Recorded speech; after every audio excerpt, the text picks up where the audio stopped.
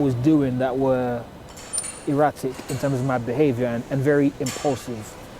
So every emotion I'm feeling is heightened. So when I'm happy, I'm euphoric. When I'm angry or I feel that I've been aggrieved, then there's this type of energy that's bubbling up that needs to manifest somehow.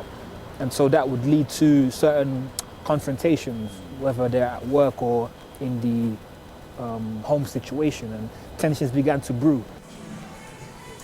Eshe's mental state caused a breakdown in relations with his family. He says they had no choice but to call the authorities. He ended up being sectioned twice under the Mental Health Act. The second time he left hospital, but without permission. Walked home thinking we can just move on and put this behind us, but a couple hours later, the police were called. They came to the household, knock, knock. And the first time I was compliant, but this time I was defiant. Officer said, you have to go back. And then there was the physical struggle. They tried to get me down. I wasn't having it. And so once that failed, the next course of action, of course, was the taser. 50,000 volts. The muscles just collapsed on the floor, back in the handcuffs, driving back to the hospital. Eshe says he understands why he ended up being restrained, but it frustrates him that it had to get to that stage. Black people are 4 times more likely to be detained under the Mental Health Act, and all too often, that's their first encounter with the system. The point at which they enter is at that point of crisis, at that point of emergency, which then reflects in the increased number of sections that are used. So what is happening before that is the key point. These fears are something that psychotherapist Bafao Ababio hears too often. He works with black men and says there's a wider problem. As soon as black men enter the psychiatric services, more often than not, they receive the most extreme forms of treatment. The treatment options, the section, and also heavy dosages of drugs, and being locked up in locked sections of hospitals and special hospitals, and physical treatments such as electroconvulsive therapy independently of their diagnosis. Because I'm paranoid. I keep looking over my shoulder, people around town. He says the way black men are treated in the mental health system is a problem with historic roots. Among them are discrimination and deprivation. So too the impact of migration, generations of black men who didn't fully assimilate into a society many of them felt excluded from. Good morning, Michael. How you doing? Michael Flowers came to the UK from Jamaica over 50 years ago. Clash of cultures, misunderstanding and fear as well. Fear of the black man. Okay. What do you mean by fear of the black man? It's like an inbuilt thing. It's something that I've experienced myself, growing up in the community from I come here in the 60s. Like a man of my size and my stature, you know, feeling erratic and getting ill, and it would look like I'm being violent to someone that doesn't understand. That lack of understanding and the disconnect and tension between the black community and the authorities, he says, made it impossible to reach out for help with his mental health. Interacting with, I can say the police, because to me at those times the police was representing the system. Sure. And to me, and it was difficult them time to even approach somebody in certain authorities to really express yourself. It's only recently Michael has felt comfortable talking about his problems with depression. The big reason for that, he says, is attending this centre in Lambeth and being in a community of people who can identify with his struggles. Members are helped to build confidence and skills whilst getting support in a non-clinical setting. And do you remember what it was that you were particularly struggling with? Hearing voices that torments me. Sometimes get all these imaginative thoughts that always, it comes every day, and it never stops. It just it's ongoing. anyone can experience mental health problems. It's like it's a stigma that affects everyone personally, and it affects how they feel within themselves, how they interact, how they behave. What is it about here at the clubhouse that works for so many people in this borough? It's a good community where people can find work and volunteer in any work. Around half the members here at the Mosaic Clubhouse are black. Reflecting the community is a key part of its success. People come here and something sparks, something's familiar to them. So the staff are local people. The staff are all non-clinical people who've had interesting lives and done interesting things. So I think people just feel it's a community that they can fit into. It's human beings being kind to human beings. I don't know what it's like, obviously, to be a young black man, but I do know what it's like to hurt and to feel pain and to feel lonely and isolated.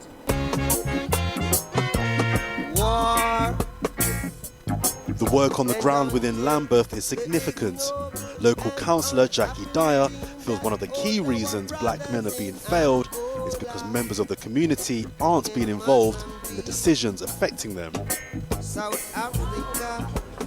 She's also an advisor to government and defiant that the only way the numbers will reduce is if those people most affected are involved.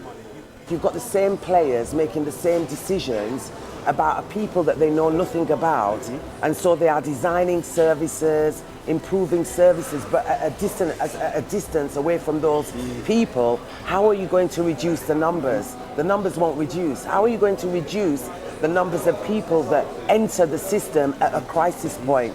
You can't do that because actually the people are entering the system at the crisis point because they don't know how to access the system earlier. Primarily, a lot of the reason when it comes to the African and Caribbean communities, because they don't trust you. The narratives that are in the community about the mental health services, that when you enter that, you die. Psychotherapy grew out of a sort of white middle-class European sort of environment and context. But as Britain became more diverse, psychotherapists then were forced to begin to deal with people who look different to them. You cannot really apply those same cultural ways of understanding the world to people who come from different contexts. And we know we shall win. And that is what the government has to change if it's serious about tackling the problem.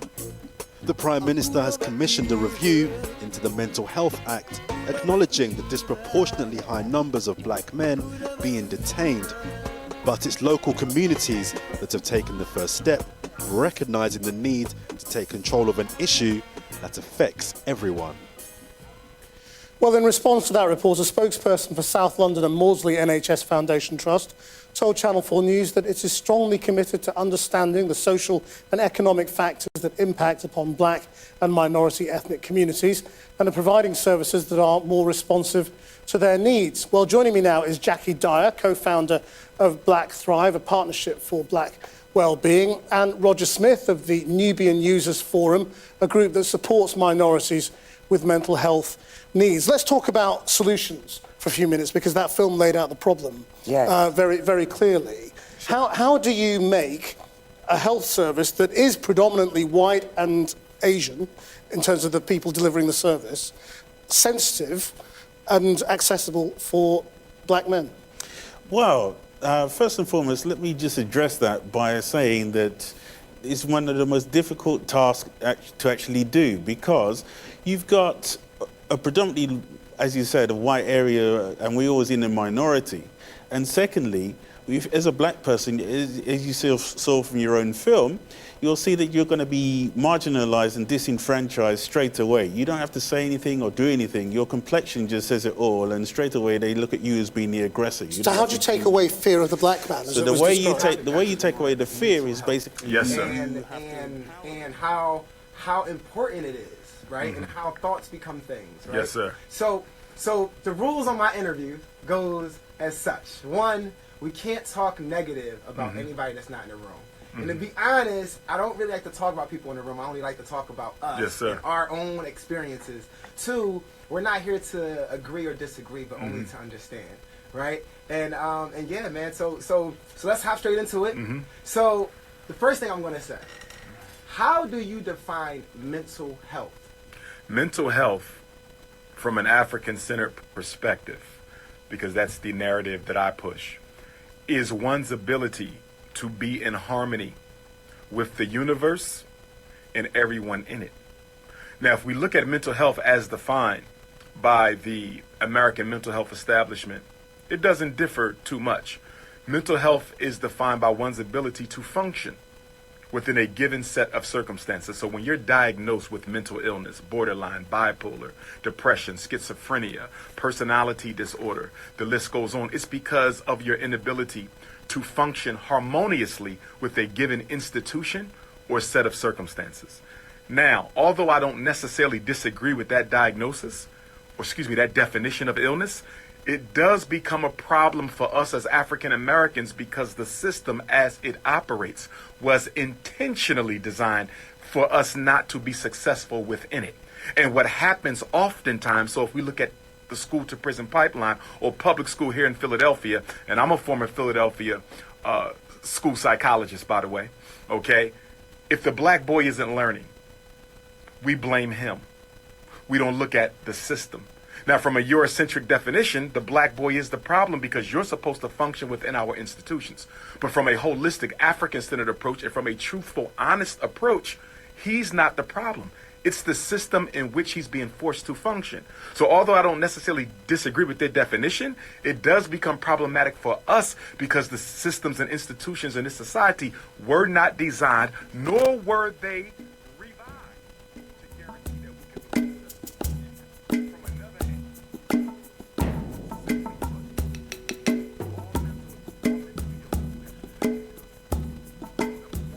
Yes, greetings, greetings, greetings. In the Most High. Thank you. First, I want to give thanks and praise to the Most High. Give thanks for life. Give thanks for this powerful station. So I want to give thanks every single time. Also, I want to big up the management, the technicians, and all those involved in this powerful radio station here. So I want to give thanks every single time. Give thanks to Jammers, my beautiful brother. He's got a beautiful soul about him. See? But before I not even forget, I'm gonna let people know tomorrow our roads lead to Darston Lane, 2430 Darston Lane, and it's just next door to the CLR James Library. See? The postcode is E83AZ.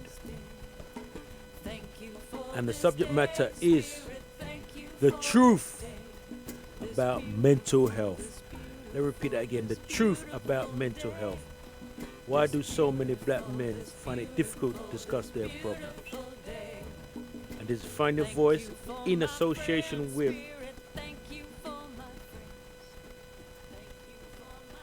Hackney Lit Fest. The truth about mental health. So what's going to take place? We're going to be reasoning about whole thing about mental health, a little bit of politics, the gun and knife crime, right? And I use these words quite loosely because, again, we have to be careful what kind of words we use, because if we say gun and knife crime, we're really bringing that to our attention, to our conscious, right? But we're talking, but at the same time, we're looking at strategies, you know? Because easy to say solutions, right? But we're looking at strategy. We have a man who's a strategist inside the horse here, because from there we know him more talk about strategy. We have to have a strategy in place. And I have to mention him still because one of my bona fide brethren. I love him like cook food. Sometimes me can fuss and argue, but at the end of the day, we have to laugh at each other. You know what I mean? You know? I remember one time, not the other day, his mother, it was his birthday. And I said to him, boy, I'm going to try and come. He said, boy, if you don't come, you know, Dougie. Right? It's up to you if you don't come, but make a cuss you. And that cuss, look, you know, when a man go and cuss you, like I'm going to thump in the chest. He kind of threatened me still. So I made it my duty to reach to his birthday bash, you know. And it was nice because at his birthday, him do a whole lot of talking. A whole lot of talking. Him there past it. You know, but it was nice, man, because you don't go to many birthday bash when man and man talk still. You know, because we had to knowledge and so forth, but the man going in politics still, you know what I mean? But I saw him stay because this man is born for politics, you know what I mean? And he's one that talk about, he's one to talk about strategy, you know? But me and him go back along with, that's why we can handle each other them kind of way there, you know what I mean? One of my bona fide bedroom, you know? Thing. So his name is, I've called him Mr.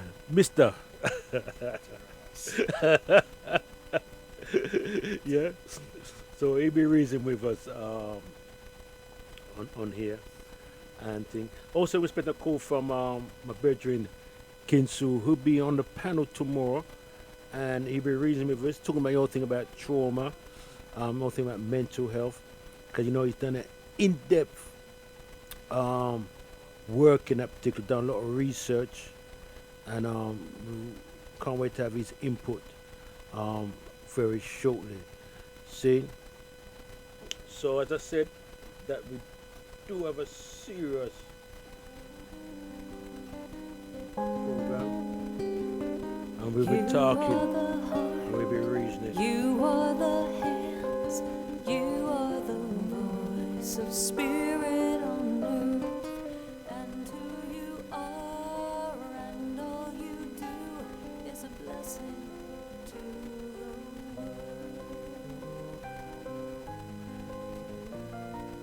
You are the heart, you are the hands, you are the voice of spirit on earth, and who you are, and all you do is a blessing to the world.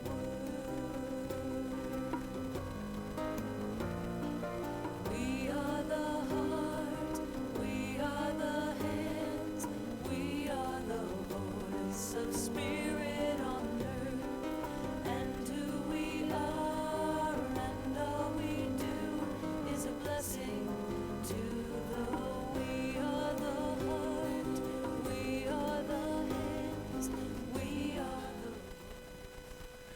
Yes, as you know that enough things are going on because the brethren is quite active on the forefront with the gun and knife crime, and it's linking to the whole thing of mental health, because some of them kind of behavior, you know, is, how could it let me go through some mental health situation. In fact, I don't know if I put it, because in itself, we look at the behavior, that is mental health, right? And people might be saying, boy, how come you always chat about the same thing, mental health and this and that and I've nothing best to talk. Stop chat about them things no man. Stop it, right? That in itself is mental health. As long as we have them kind of behavior, right, we have to talk about them things there. That's why we call Find Your Voice. That's why my brethren, him don't ease up at all, because, you know, he knows what time it is, and he's on the front line campaigning against the gun and knife crime. See? So, we gotta talk about people's behavior. See? People's behavior. Anyway, I'm gonna ease off the talking to me, because I have my brethren in there, and him look like him well coming pan we know, and but some of my brethren, what you look on the whole thing, man? Yeah, great some family. Bless up in this cold evening and dark up and I don't know if you don't realize, but you see after 5 o'clock it just get dark. Yeah. So yeah, I'm in the studio with my brother Dougie, you know, and obviously again I'm honored that he was able to make my earth strong, you know, which in a sense is like true. We kind of did video it a little bit. When we look back on it, it coming like it's a little prophecy. Me not go on. You did video it, man? Yeah, man, I video it, man. This is Come it. on and look on the video, man. Yeah, unbeknown to you, me find it necessary for have a video because me no want no people say things where me know me never did say. Yeah, so me have to cover my back nowadays. You know, I just so the things set. You understand? Because you know, society set trap for it. Yeah. And then when we get mad, them say we're mentally imbalanced. You understand? So, in a sense, it's not to say I'm mad, we're mad. But the fact is, them I make we mad. Yeah. Yeah? And them don't have no solution other than medication. But we just need to revert back to our true nature, which is to be holistic. One with nature, one with God. Absolutely. Yeah, and then the blessing will come. Yeah. The blessing will come, man. But it's just to run on what you said though, my brethren, that the recording by Uma when the brethren asked him, you know, how he defined mental health. And part of his defining, he said that you know, when you're out of nature, out of balance, right? Also define mental health. When you're out of balance with nature. Yeah. Yeah. But if you don't know your nature, yeah, or if you're not living as part of nature. Because remember, we live in a false kingdom, false environment. Yeah. So when we have the opportunity and we can be in the countryside, you see, we're more calmer. You understand? Because the elements then impact on us. And then we have the time in order to make the adjustment. But when your pulse is racing, then you know you're on a path of like being short circuit. Yeah. So the problem is when we when we overemphasize on certain things, we take away from the simple and the common sense and go turn it into intellect. Yeah, yeah. And when you turn it into intellect, most of we end up being kind of vexed. Because you struggle now to understand what is your real situation, because they define it in all different terms, and you say, well, boy, I can't identify with that, you know. I'm really a chat about it. Yeah. So it's being able to keep things simple, because it's not as complex as they make it out to be. Yeah. And I think they make it a bit complicated, because ultimately the fault lies with them. Yeah. It's not often the case that the person that you say mad, or the mad person, is the person who is making the accusation. Mad. Is mad. You know? Okay then. Glad for that way I said no. Cause you're absolutely right, you know. I'm glad to see you bring it. And it kind of ties in with the whole thing with the what's happening right now, my brethren, because up on the road, up on the street, kind of red now, where every week, you know, people we're talking about young people still, like a kid out stabbing a kill, and you know, and the question is, what can we do? And you know, people are doing things. You know, it's not just about people are doing things. People are supporting and come up, you know, trying to come together and come with solutions and so forth. See, but it's quite sad. So I want to get your spin on what's happening out there and for work on this thing around. Yeah, well, it's a hard thing. It's a hard thing, and would I say it's a sad thing. Yeah, but true, we're grounded on nature. Nature have to take its course. So there's a reason for everything. So again, even like I Earth Strong, I was saying, say, wool up away. I walk around with eyes open, but it's like we're still blind. Yeah, because we're not understanding the situation. Okay, yeah, one, we're going through revelation. Yeah, and secondly, it's not enough to just talk about the fact that we're going through revelation, because in a certain extent, you would have said now, as I shared before, our spirituality determines our mentality. Yeah. So in a sense, again, if you don't know where you're coming from, it's hard for you to know where you're going. Yeah. And if you lose your culture, your sense of identity, True. then you don't know as to how to formulate anything, because then you're led astray.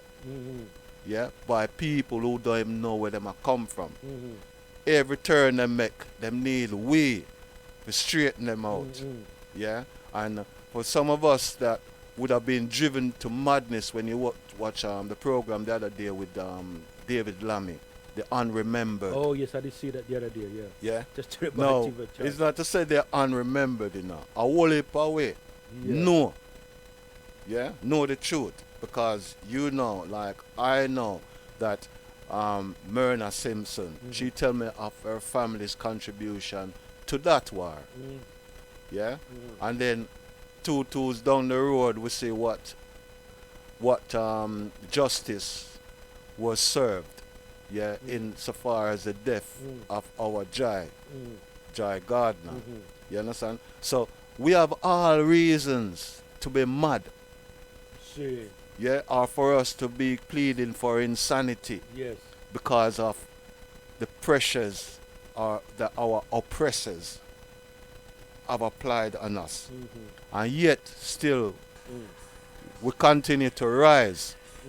Yeah, despite all this which they're throwing at us. Yeah, but in relation to our young people now, the problem amongst our young people is because they've gone astray. Yeah, they don't know who to turn to, who to trust, and the bottom line is that they've lost their identity. Yeah, and we have, as adults, a lot of us has been, muted. Yeah, we have been castrated as particularly as black men. Yeah, they talk about the absence of black men in the family. That's right. But what have they done with the black men then? They've incarcerated and put them in this institution, that institution. Yeah, and we've lost our voice. You understand? So they've conveniently castrated us. So the young men now who are growing up without any form of guidance are now becoming the man of the house. Yeah? And then mothers now, as was the example today, because today I went to a parenting session, yeah, with respect due to was it Miss Yvonne Dawkins? Lawson. Yeah, forgive me.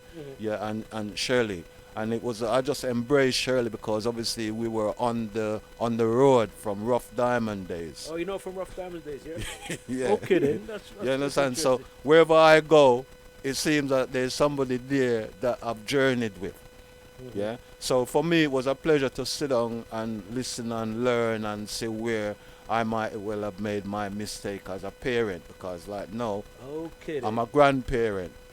So what takes me and keep me on the battlefield is to try and guide them, because I think when you look on the cycle of life from being a young child to a teenager, a young adult, and then a elder, yeah, we all have a role to play. One is learning and one is sharing the experience, you know. So I look on all of these things and I'm saying, well, our young people, our youths out there, they're misguided, yeah, because they are chasing.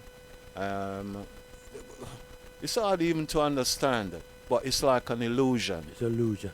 It's not a reality. I just want to jump in there because I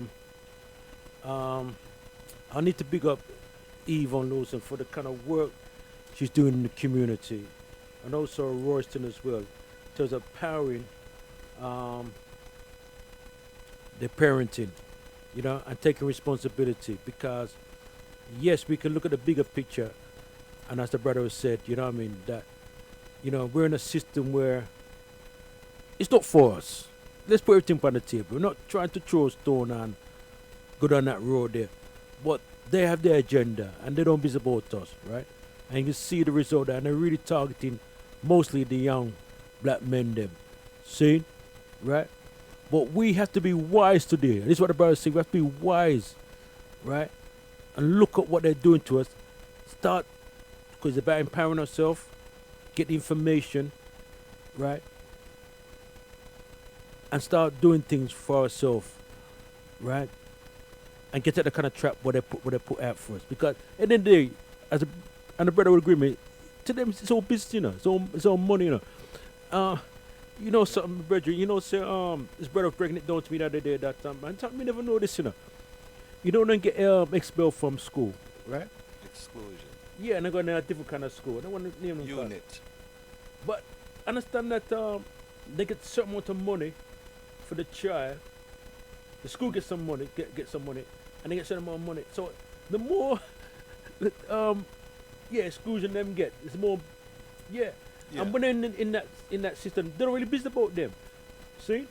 And this something was breaking down to me.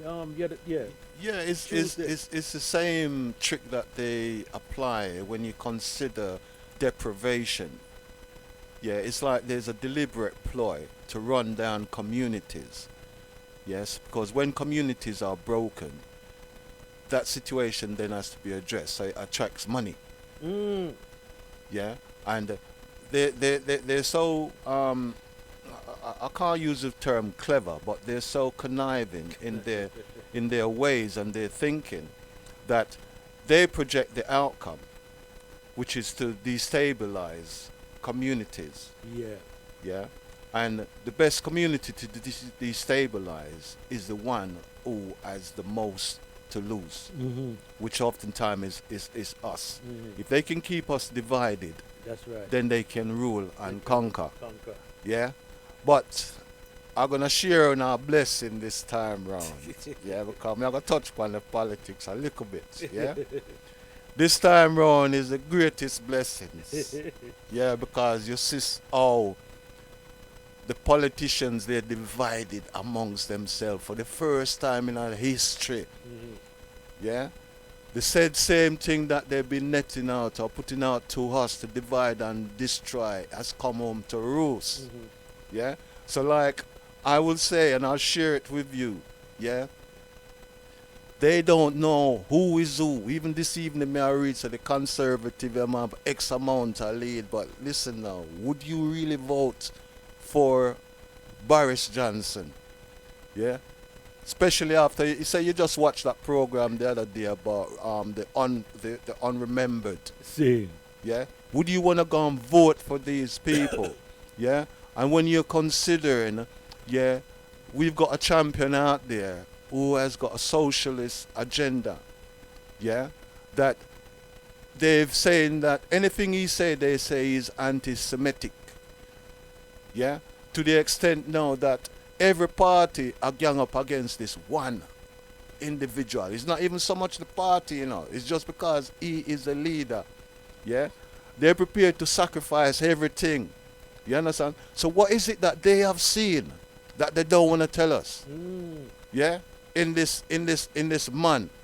Yeah, that they are so afraid of that every single other party would want to set aside their own agenda, yeah, to make sure this man don't get in that position. You understand? So we don't need to just open up. Yeah, this as me I look on the wall, it said, know thyself, yeah, and be blessed, yeah, because we're in a time which is I said with Brother Dougie last time we in the studio, we talked about divine intervention. Yeah. Now you have to look and see. Yeah, and again, with the young people, yeah, you're misguided because you've not got any moral compass to guide you. Yeah, and our elders are your elders. Some of us are worse than even you. Yeah, when you see our own actions. You understand? So it's enough reason again for a man to say, well, boy, I look like you mad too, you know. You know, because that's where we're at. Nobody don't know who mad from who not mad, but everybody still a make judgment. Yeah, who not mad from no. Yeah. So okay, hold on. All right, then. Let me come with some more reasoning still. Yeah. But I believe life ain't the one we chose. That's not the agreement we made with God. You didn't agree with God to come here and be a doctor. You agreed with God to come here and be a savior.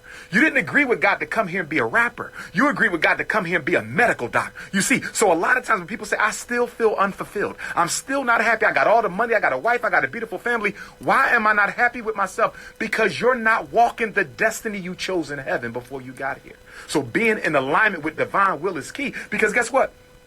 No will is greater than the divine.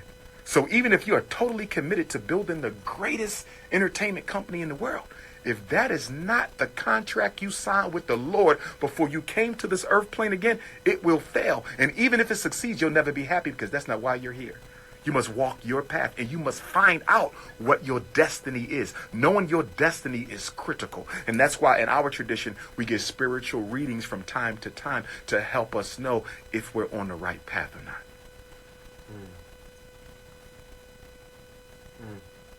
How do you describe your existence? Meaning, like what are you? We exist on two levels. We exist in heaven and we exist on earth. Every one of us. What is heaven and what is earth? Because heaven is a realm of existence where all spirits who have walked this earth and have conducted themselves a certain way are. Now, there's other realms for those who did not conduct themselves a certain way. Islam, Christianity, Judaism, it's called hell. Okay, African traditions, we may give it other names. Okay, but there's a place where spirits go. And again, we are all reincarnated beings. So when you reincarnate, your soul remains in heaven, but sends an aspect of it with you down to earth. So I have a double up there. You have a double up there. And in African tradition, we're often asked to communicate with that double. There's offerings that we give to that double. It's almost like, you're going to astral project yourself onto the earth plane. You understand? And we establish a communication with that aspect of ourself that is in heaven so they can help align us to our perfect destiny.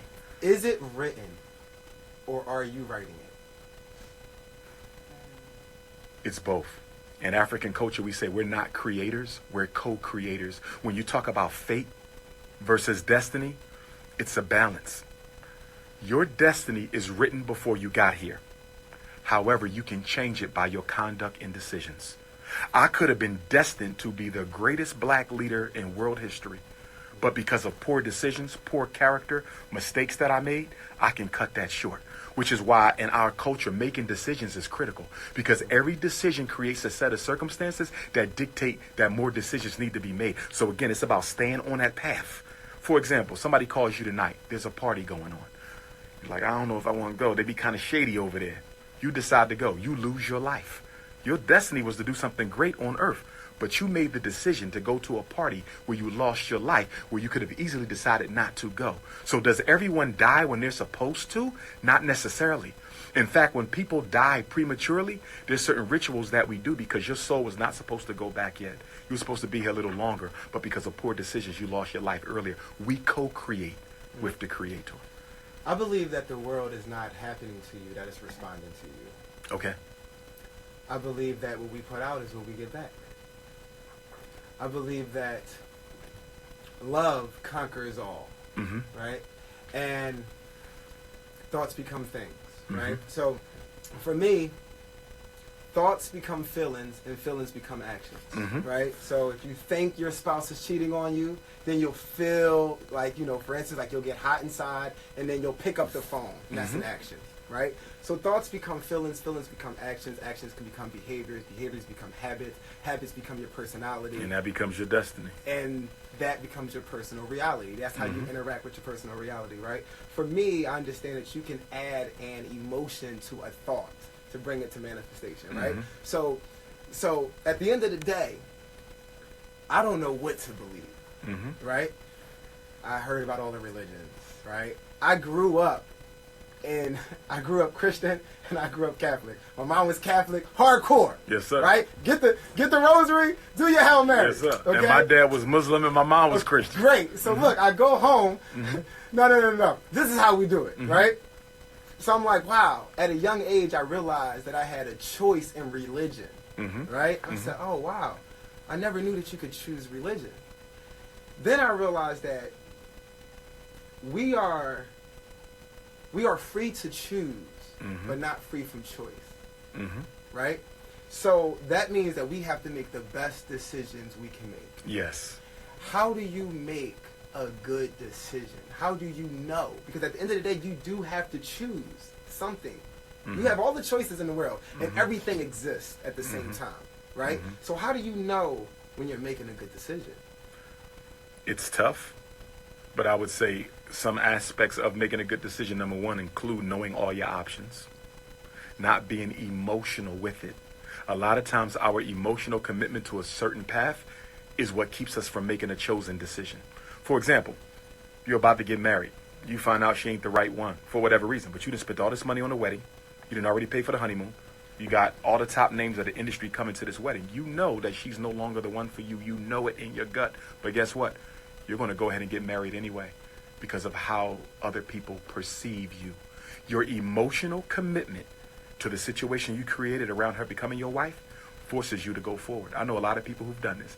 I've had people call me up the day before their wedding. Dr. Umar, I need to get your advice on something. I'm about to marry this sister. I'm about to marry this man. I just found out, boom, boom, boom, boom, boom. You know, he's a porn star. She's a this. I mean, these are real stories I've had.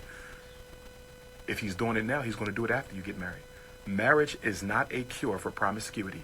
And if you're getting married to cure promiscuity, you're going to be very disappointed. End it now. You already know in your heart that you don't need to go forward.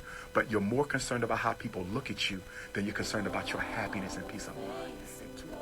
You are the face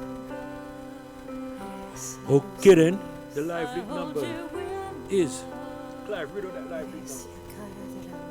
You are Keep turning my neck. Zeros. No, that one is one. Okay, yeah, peeps. Your live link number is 079 444 31366. That's 0794 44 31366. Yeah, and I encourage you to just get on the hotline and, you know, whatever the issue, the concern, because obviously we're in turbulent times. Yeah, turbulent times ahead. Yeah, our youngsters, their lives are being sacrificed. And to how it look right now, it seems as though it's in vain because we as elders now are unable to address this scourge which is in our community. Oftentimes we put the need for, would you say, financial support in order for us to find some means to the end. Yeah? But it takes a village to raise a child. There's no mention of money in that. Yeah? Our culture enables us to weather the storm because we're one with nature. Yeah? So for whatever reason that we find ourselves in this position, which we don't know already, yeah, is they who say they are and they know they're not. Yeah? Who have taken away our responsibility, or we have allowed for whatever reason, because obviously we know so God is a very jealous God. Yeah? And your spirituality determines your mentality. Yeah? So until we can really break the chain, as Bob say now, yeah, none but ourselves can free our mind. Yeah, and when we free our mind, all shackles, everything is broken. All right, we've got a live call. Greetings. Greetings, brother Dougie. All right. Can't seem to hear too.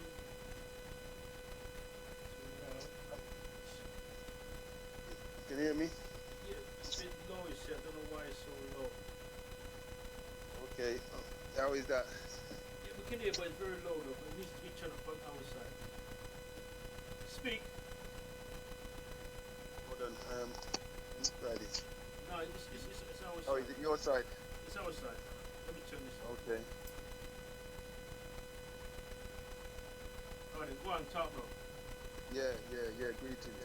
Yes, bless. All right. So think how's the man? Yeah, good. Everything's good, man. All Bless. right.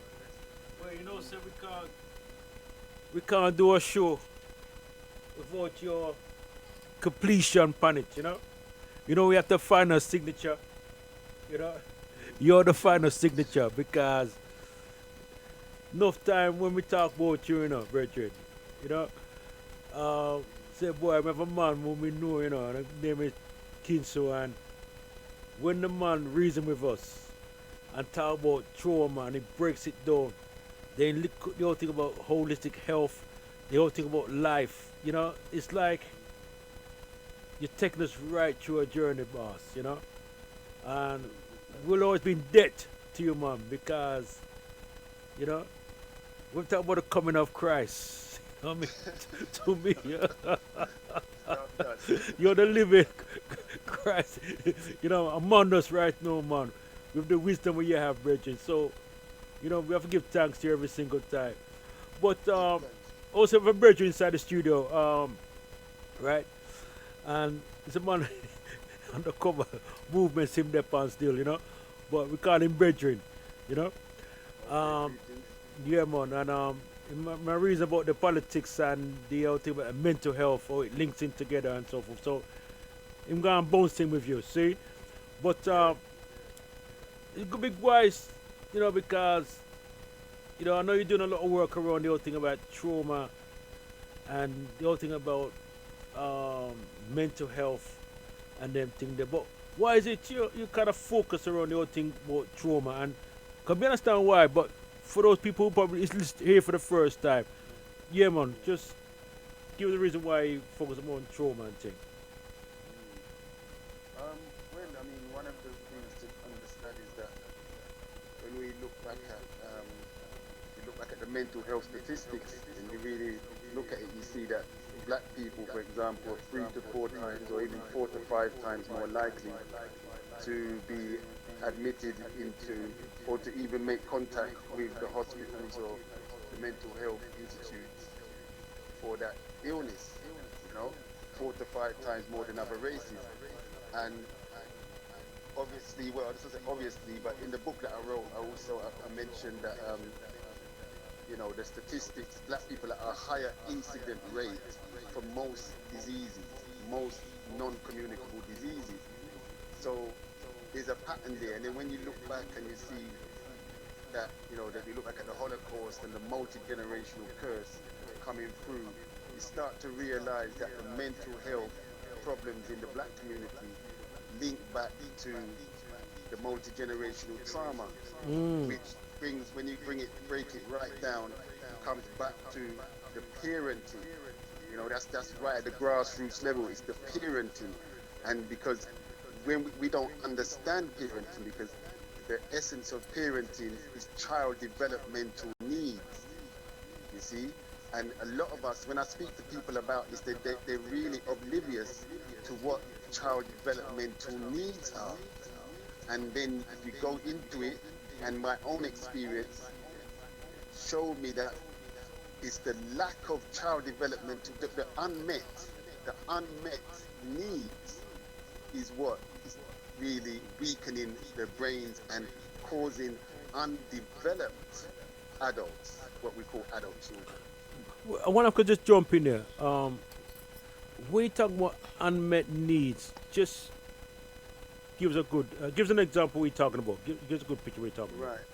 Well, unmet needs, you know, you've got different stages of needs. So at infancy stage, you've got certain needs where a mother will be looking into the child's eyes, connecting while the child is suckling the breast. And there's a love, there's an admiration, there's an adoration, there's an adulation. That very look and that very energy is making the child feel safe. Now, that's the needs for that period, approximately 1 to 3 years old. That's that for that period. But when you move into toddler stage, there's other needs. Now, at toddler stage, as I always say, that's the stage where I would say 99% of us got chopped down there.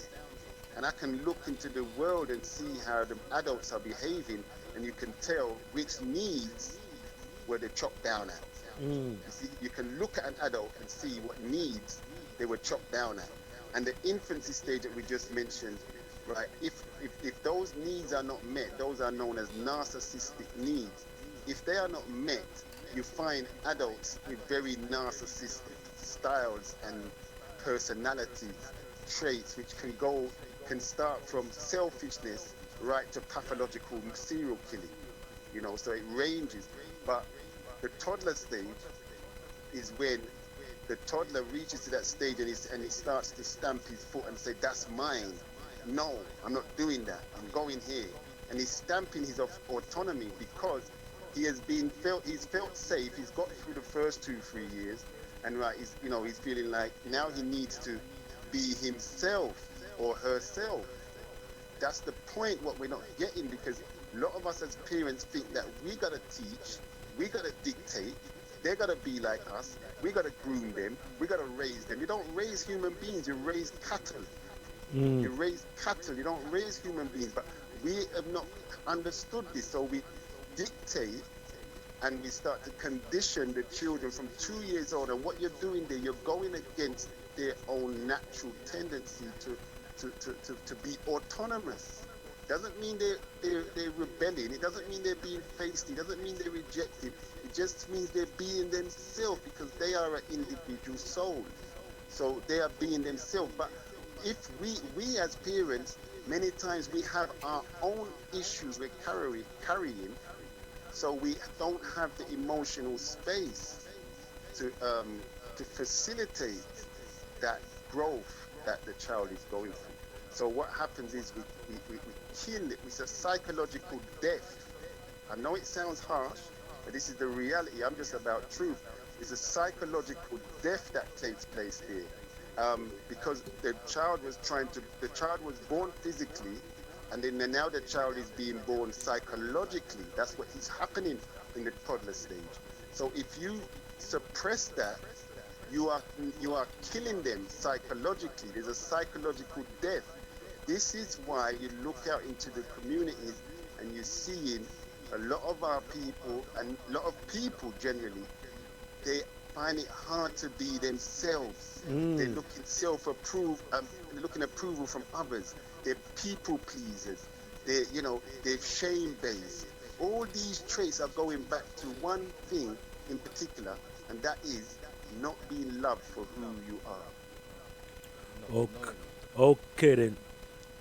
That word of not being loved, and I can see where you're going with this though, because when you're not loved, right, you're gonna crave for that love in some form or another, you know. Not only that, Dougie, not only that. Yeah. If you're not loved for who you are, then you're gonna try to be something else. Listen to that. If you're not loved for who you are, you're gonna try to be something else, so you will be loved.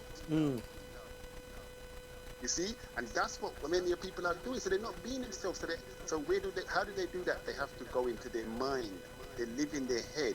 They're not living in their being. They're not living in the life. That's when I speak about the life, and the life has been shut down, is because they no longer live. They close that off because of the suppression and not being loved for who they are. So why should they be who they are? If they're not being loved for who they are, why would a child be who he really is? The child is intelligent enough just to know, I'm going to be like something that they love. You understand? The child is intelligent enough to know that. So the child will leave the real self behind. That's the problem. Yeah. Okay then. We have Clive, you want to ask a question? Yeah, well, I'm a little bit kind of confused to a certain extent, because it sounds as if it's would you say, my understanding from what you've said, it's a situation where we're living in a society where their institution is set up in order to demoralize our culture, our identity. So given that we know these things are there, it's it's rather difficult, obviously, for us without that village community to, um, to parent our children in a manner that they're going to be a positive, what do you say, contributor later on in life to society. So I would like to know what, having studied or done your research, what is the solution that you've come up with? Because we're all different, and there is different scenario, different situation for each family, you could say. So what is the solution that you've come up with? Okay. Well, it's not, not just about me coming up with a solution, but first of all, see, the point that you're making here, it really goes back to irresponsibility. On whose part, though? I'll explain. Meaning that I'm going to have my child in my house, and I'm going to be, I'm going to turn around and say, well, it's because of some outside force that has caused me to raise my child incorrectly. That's what we call irresponsibility. You see, because in ancient times, we realize that it's regardless of what happens, it's our responsibility. That's what the word responsibility means. It means to respond to your ability. So when we speak about we as ancient beings and we're so great, we built pyramids, we did this, we did that, and we can, it's in my book, I've listed all of the great things we did. But then we turn around and say, well, someone else caused me to raise my child incorrectly. You see the contradiction? Not really. I mean, you take us back to ancient times. Yeah, obviously we were great then, but since that period of time, we've been indoctrinated by ideologies which is totally alien to us. Okay, so you see, again, it's the same thing. So what we're doing here is we're allowing doctrines and outside forces. This is the point, because of the essence of life within us. Yeah, it is. You could even say it's omnipresent, it's omnipotent. But let's just focus on that power within us, to control our own lives. What we're saying here is that we've given that up. Well, I don't think. Hold on. To a doctrine, to a suppressive system, to whatever. You see, that's what we're saying here. We're being tricked, whatever we're saying. But whatever way we cut the cake, it comes back to we have given up that responsibility. Well, I'm not going to say we were giving it up. I think it was taken away from us, and it's for us now to take it back. Yeah, so that reason being, I asked what is the solution, because we're familiar with all our trauma. Yeah, what we're going through, our kids they're going through. And we need now to come up with solutions that's going to address the imbalance. Brother, we've got plenty of solutions, but let me tell you this. The solution is in the problem. This is one thing we always do. See, pain is the opposite side of joy. Problem is the opposite side of solution. They're one thing. There's no opposites. It's just different poles of the same, different ends of the same pole. Okay, so all right then. When so you sit on the, if you sit on the problem, if we discuss the problem for the next 20 minutes or so, I'm just giving an example, we will find the solution floating around in you. That's how simple it is. If you sit with your pain, you will find your joy. It's something I've done, I've been through. So if you sit with your pain, most time we reject pain, we reject sorrow, we reject these things when it's a natural emotion of life. So pain is the opposite side of joy. Love and hate, thin line between love and hate, hot and cold, up and down. These are all one. There's not two. The duality is one. In school they taught us this opposite is a bit of a misnomer, this opposite thing. So we got a bit confused there. So the solution is in the problem. But many people don't want to discuss the problem. They want to jump straight to a solution. No, though, the saying is true. Who feels it knows it. Yeah? So if you experience it, then no doubt you've got an idea as to how to get out of it. Yeah? So I'm looking at it, if we had a level playing field where race didn't matter as an example, yeah, I could follow you. Yeah, but the fact that we're starting from a base whereby we are, at a disadvantage. Yeah, we're in a foreign land, and it's not a level playing field. Yeah. These to me, these are excuses. I'll tell you why. You see, it's back to the responsibility. It's like, let me ask you this. You see, everything that's happened to us, or if we can even take your life, or we can take our own personal life for the minute, just as a discussion, and ask ourselves, if everything that's happened in my life, was it supposed to happen? Well, I don't know if it was supposed to happen. It's happened. It's what I've learned from it. Good point. Good, right. Now there you are, the answer. You said it's happened, and what have you learned from it?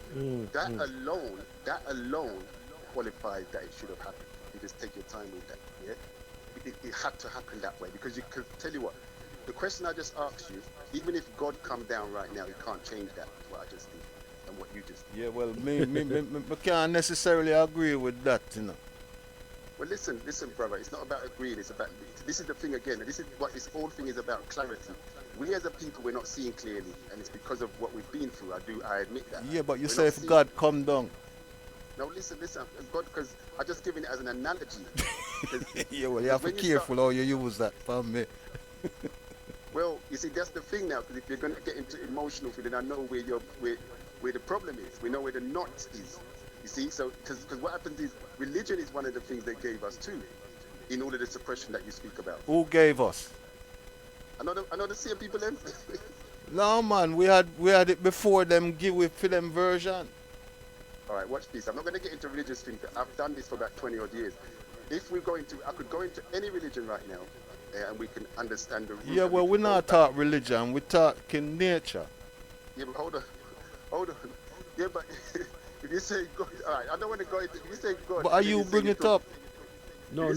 And give an example. If God come down, would he change the situation? Well, all right. Let me erase that. What I'm saying, the point I was making is that how we were talking about how things are, what happened is supposed to happen, right? Yeah. So I was giving that an example to just show you how ingrained the question I just asked you, or what we just both did, how ingrained cannot be changed. That's the point I was really going. Because what you're saying really that, I mean, what's happened now is happened, right? So remember you said that if God come down, can he change that? And he can't. No one can. No one can change that. Yeah, but if God can't change it, nobody can change it. But it's true. That's the point I'm making. Yeah, but I mean, if God come down and he want to change it, in a must can change it. No, but man. no God him name. No, man, he can't look at it so clear. Can't look at that like so, because what's happened to you right now, and my experience, right? Mm-hmm. Right? And remember the brother said, give an example, you know, if God come down right now, can he change that experience? He can't change it. So, if I'm for a reason, right? If it's for a reason. Yeah. And that's the point you're trying to bring to the table, isn't it? Yeah, and brother, you're mixed, you're confused, brother, because you're saying nature, then you're saying God can change it. There's confusion here, brother. You're saying nature, but you're saying God can change it. That's two different ideologies. Yeah, well, you say, I identify nature as my God. So then, nature, that what God is coming down to change what? I mean, it's confusing, brother. No, but it's like if the breeze blow. Yeah. Yeah, that's a force of nature. Yeah, okay. If fire burn. Yeah, it's a force of nature. Okay. You understand? So if breeze blow, something will happen, and if fire come, it'll go burn, innit? All right, well, watch this now. That conversation we all three of us just had, tell me if earth, wind, fire or water can change that conversation we just had. Yeah. We see what I say. Yeah, right. It cannot be changed. No matter it cannot be changed, yeah. It all depends on the circumstance. Now, you see what I'm saying? Now, this is what happens to us. This is the point where I'm saying we're not seeing clearly, bro. We're not seeing clear as a people. We're not seeing clearly. The clarity is not there, and we're having confidence without clarity. We're running ahead, fighting these battles, and we're not seeing clearly. That's our problem. We're not seeing clearly. We're blaming, we're apportioning blame. We're not understanding life because we shut down our life. We closed it off. They call it shyness. They call it withdrawal. They call it all kinds of conditions, but they call it emotional constipation. Dougie said men don't talk. You see? All of them things there, because what he's saying is the emotions is shut down. Shut down, yeah. And we're not seeing clearly because of that. So we have to undo the prison. It's a prison, self-inflicted prison because of the traumatic, unsafe environment. Everything goes back to that. But people are not addressing that. They keep jumping all over the place to fight this white man, black man, Indian man, and all kind of man. When the problem is right in front of our nose. It's us. It's at the end of our nose. And this is a thing that we don't understand. And the thing is, we keep apportioning blame. The problem, listen, the irresponsibility, that's why I always say that irresponsibility. It's a victim mentality we've taken on. Victim, and the rescuers, because I was a rescuer. When you're a rescuer, you think you want to go and rescue everybody and change the world. You're a victim. You're a victim trying to offset your victimhood by rescuing everybody else. I've done it. I was there. You see, there's a neutral position in life that we haven't found yet. And that neutral position is the same when you look at pain and joy as one and the same. Courage and fear as one and the same. Hot and cold, up and down. The duality, you start to understand that as neutrality. Then you're getting somewhere. That's mental balance. The only time you're going to build a house is when you got mental balance. We're not going to be able to build nothing until we got that mental balance. As long as we're blaming and we're caught up in morality, because I tell you something, humanity comes before morality. Hold on, say that again. Say that again. Humanity, meaning how I live, my life force. Yeah, my human being, me just being. Remember we spoke about that the other night? Just being. To just be. It's the greatest thing because there's so much going on in that. But we can't do that, so we run and we want to do and we want to do this. Morality, meaning this is right, that is wrong. You know, religious people are the most moralistic of them all, but yet still they're killing loads of people in the name of religion. Right? Morality is the problem. Humanism, if you understand humanism, you accept and embrace everybody on the planet with love. Because I tell you something, when you go into meditation, no matter who you say you hate, when you get into meditation and you reach that blissful moment, forget about the white man that you hate. Because it's pure love in that point. Because you're shutting down the physical mask, the personality, the isms and the schisms that you've picked up throughout the journey. You're shutting that physical aspects down, and the consciousness rises. And when the consciousness rises in that meditative state, you feel blissful. You feel nothing but love. They say divine love, that's a whole other story, but it's love, bliss, ecstasy. You can't turn around and say, I hate this white man and this man done to me and that man and this woman. Oh, that's rubbish. In that realm, that's rubbish. That's reality. We know, we always talk about us being a spiritual being, living a physical life. But then we talk about the man down the road who we despise. You see? Spiritual being don't despise nobody. Yeah. But you see, it's quite interesting when you say that, because you kind of put things into perspective there, and make us crystallize our thoughts on this thing here. Because ultimately, as you said, it's really it's life and the life force. But it's just life, yeah. Life is the life force. It's just life. You see? Yeah. It's just life. It's life, but we say just life, but we don't even understand what water is. We know we can drink it. We know it's going to quench our thirst. We don't know what it is, how it's made. We don't know it. We see the rivers running and they don't stop. And we don't know where they're going. We don't know how they started running and when they're going to stop. We don't know this universe where it started and where it ends. We don't know these, but yet still we want to know everything. Everything we know. This man, that man, this, you know, we've got to submit and humble to what we don't know. And there's bliss in that. There's joy in that. There's so much bliss there. You know, when we get to that life within, we start to feel a humility. Again, back to the same thing I'm saying. That humility is just nothing but love for everybody. It's bonding. That's the bonding adhesive, if you like. That's the bonding juice, but we don't reach that humility because we got pain and fear. When we was in our parental environment, because when you was a child and you're born, no children are born evil. Right. When you were born nice and peaceful and divine, but in your environment, my mother, I've given you the story. My mother used to say, how the boy is so good. I didn't come home from school and look after him clothes and look after him book them and look after this and look after that. And him teacher say him good and teacher say this, right? That's at 7, 8, 9. By the year, 10 years old, I got nicked. 11, I got nicked. 12, I got nicked. 13, 14, 15, 16, 17, 18, 19, prison and all kind of madness. So something happened in the house. Something happened in the house. All the social work, everybody's coming around and trying to fix the problem. They don't understand that the problem is right there in front of them. The rigid, inadequate parenting. I'm not blaming my mum and dad and everything. I've got no problem with them. Pure love, but I've got to speak what happened. Yeah. That's what happened, and it's happening. And I've seen it happening amongst my peers, and I see it happening all day long. That's what's happening. So all we're saying, to get to the solution, all we're saying is to, let's start looking in the mirror. Let's stop putting the bandage on the mirror. Stop putting the plaster on the mirror. That's what we're doing. When we see a problem, we're putting the plaster over there, on him, on her.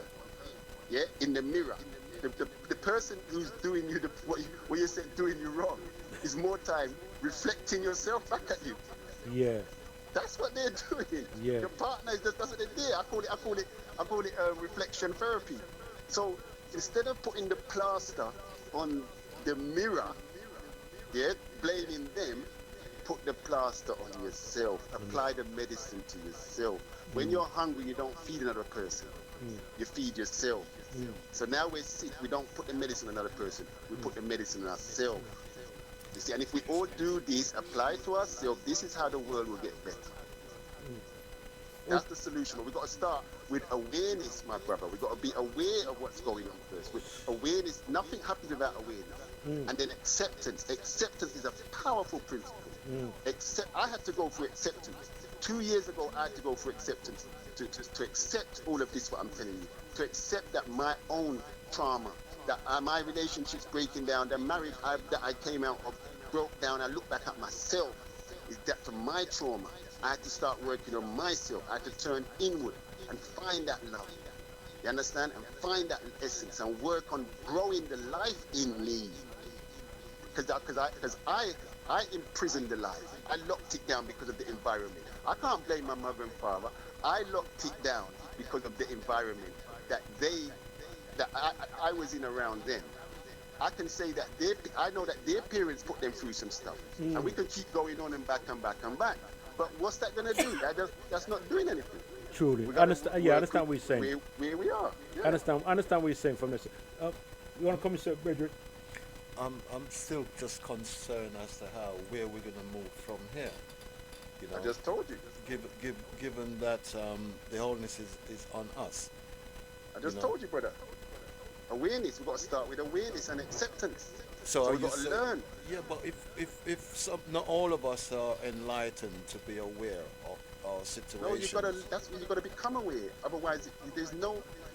Otherwise, it's just that. You're just going to be where you are. There's no mercy. There's no save the world concept. There's no. Yeah, well, so how do we turn move from words into action, or collective action? How are we going to move from that? Well, I can tell you what I've done and what I'm doing. I just mentioned some. You know, what I've had to do was study and then apply what I'm studying and to exercise. You know, execute and exercise and do things to unlock my life force, and I'm doing that daily. So, you know, I'm setting up a platform to share this to everybody. That's why Dougie calls me all the time, because I'm here to tell people and help people to spread their awareness. And I'm setting up a platform to basically, because I've got a holistic background and I've just attained a psychotherapy diploma. So I'm putting that together with some writing skills to start informing, and then workshops, seminars, and all that kind of stuff to help people deal with unresolved issues, you see, and whatever else comes with it. But I want, so you want to jump in, Bridget? Sure. You want to go on? No. I was, I've lost the gist of what he was saying. Well, ask him again, because he didn't answer. You lost what you say? No, I lost the gist of where he's coming from, because obviously I can say I work with young people. Yeah, so I'd like to know his area that he's specialising in. Well, I'm holistic. I'm trying not to compartmentalize. So I'm holistic insofar as, but it's dealing with particularly the child developmental needs and unresolved issues. So that's from childhood right through to adulthood, you know, holistically. So helping people, my background was helping people with disease and nutrition and so forth and so forth. And like what I'm adding into it now is the psychological side of it. You see? The psychological side of it, which is what we're discussing here. So if you're working with youths in schools and so forth, I mean, that's, you know, that's ideal. Because this they need to understand these truths. They need to understand, you know, what's really going on. Because the children know, to be honest, they know that it's that the parents are full of, you know, full of BS. Yeah, well, I mean, I'm in agreement with yourself, because we clearly need an holistic approach, because there's no one solution. Yeah, so the different experiences that we all have is relevant insofar as the solution to the whole problem. That's right. You know, so I'm looking as to how we then therefore can network. Yeah, so that we can cover all the different aspect, yeah, in order to solve our situation as it is here. So what is it you do precisely at the moment in the schools? Well, I've been around youth work for hard to imagine, but it's been a very long time. I've been a foster carer.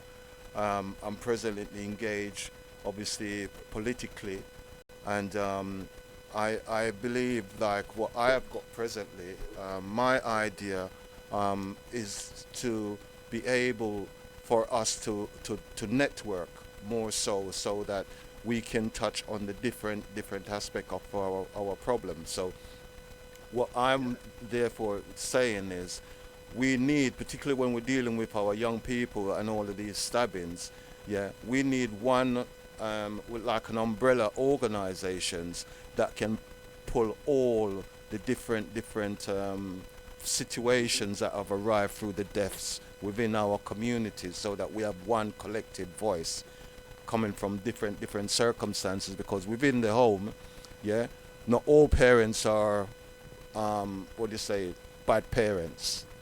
Yeah, death happens in households where you would consider that there has been good parenting. You see, so it's a case that how, given our life experience, how we can pull together collectively, yeah, or holistically, as you say, to be able to address and deal with these situations properly. Yeah, because no one person has the solution. We are all part and parcel of that solution. Surely. And you know, my thing is that sometimes we come together, and you know, it's important to come together, definitely. But sometimes we come together, and I think, especially as black people, we got too many stubborn views. I think stubborn is the key word. Stubborn views. Yes, everybody's gonna have views, but it's like we've got to have some humility, and we've got to be ready to give up some of our views sometimes. It's necessary. You know, we've got to be able, because there's no change otherwise. And I think sometimes everybody's holding on to their stubborn views, and I can see, I've watched some videos, and I see like this, you know, it's going to be hard to move forward when there's all these stubborn views, you know. So, you know, I'm just throwing that out there, because I think humanism from my suggestion, yeah, my humble opinion would be that the platform that one needs to come together on is humanism, or a humanistic view.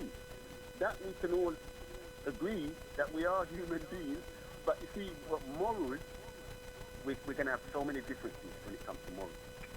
So many different, and those, sometimes that's where the stubbornness comes in, because of the, and not all the time, but religion is a big,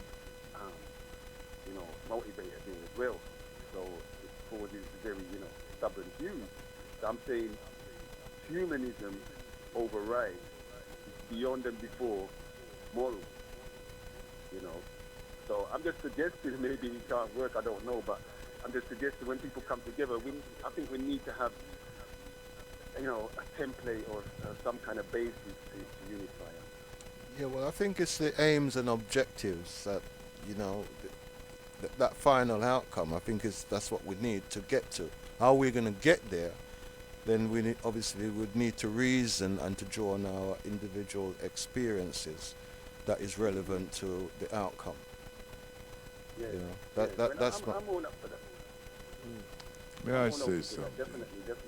I'm just saying, we don't want to waste time. Well, sorry, Kinsa, Tamara wants to say something. Tamara? Yes, brother. Blessed love to all these beautiful people out there, and to you, brother Kinso, and brethren here, and brother Dougie, and to Natty and everyone at Bless FM. By the grace of the Most High, I give thanks and praise for this opportunity. And we're talking about the solution, which is what I am really concerned about. That is where my focus is, more than going back in the past and or going into the future, but actually in the present moment. And what life has taught me about the solution is that the reason why, us black people, Afro-Caribbeans, who try to get things together, we keep fragmenting all the while. It never seems to be a cohesive thing. Like the brother said, there's a lot of stubbornness. People have their own ideas. They're not willing to let go this and let go that. It's because basically we still need to work on ourselves individually. Still fragmented individually. We have all these wonderful ideas, but within myself, I'm still dishonest. I am not holistically, in oneness with myself. I have ego difficulties, which could include dishonesty, grandiosity, impatience, intolerance, also judgmentalism, procrastination, impatience, all sorts of things.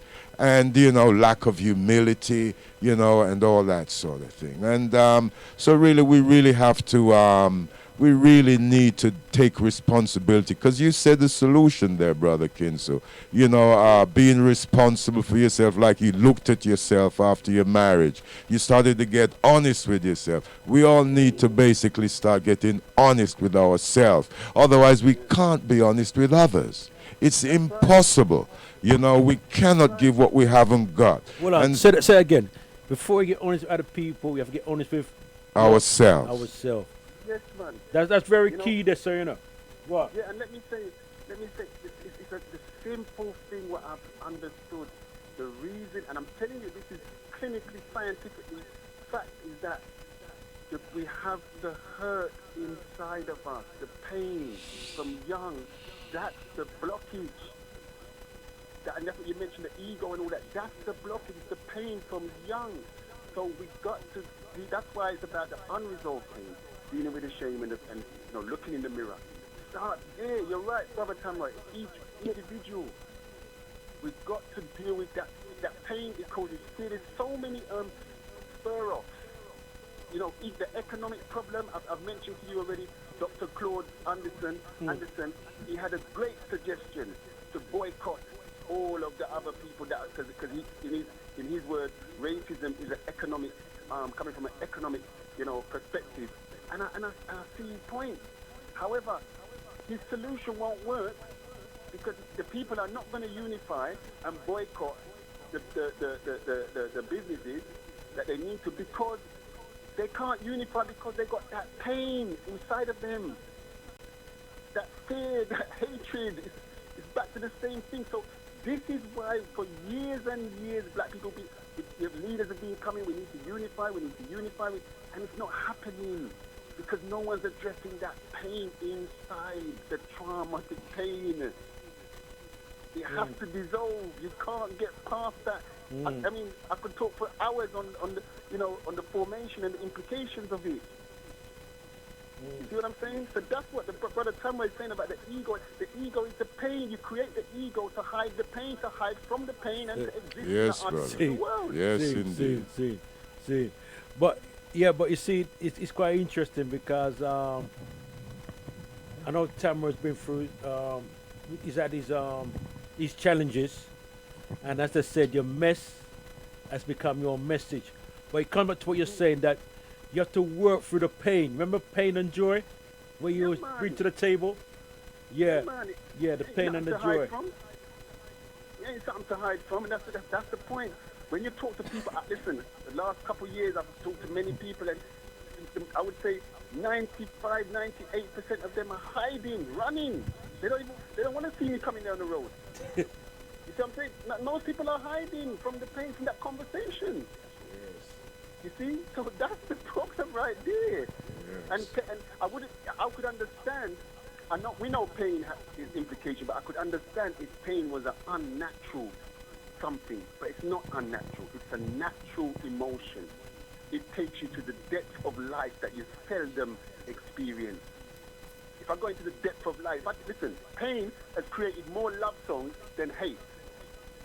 All right. Sorry. Then love, should I say? Pain. Sorry, no, I said it wrong. Then joy. Pain has made more love songs than joy. You better understand that. You see how this rear group thing where we are rear to back the other day? Rear group took my heart. Do you think it took our heart so easy like that and grab us like that? When you think company sold some Manhattan and on special edition and Funkadelic and all them things, when you think them DJs, listen, pain is rocking them.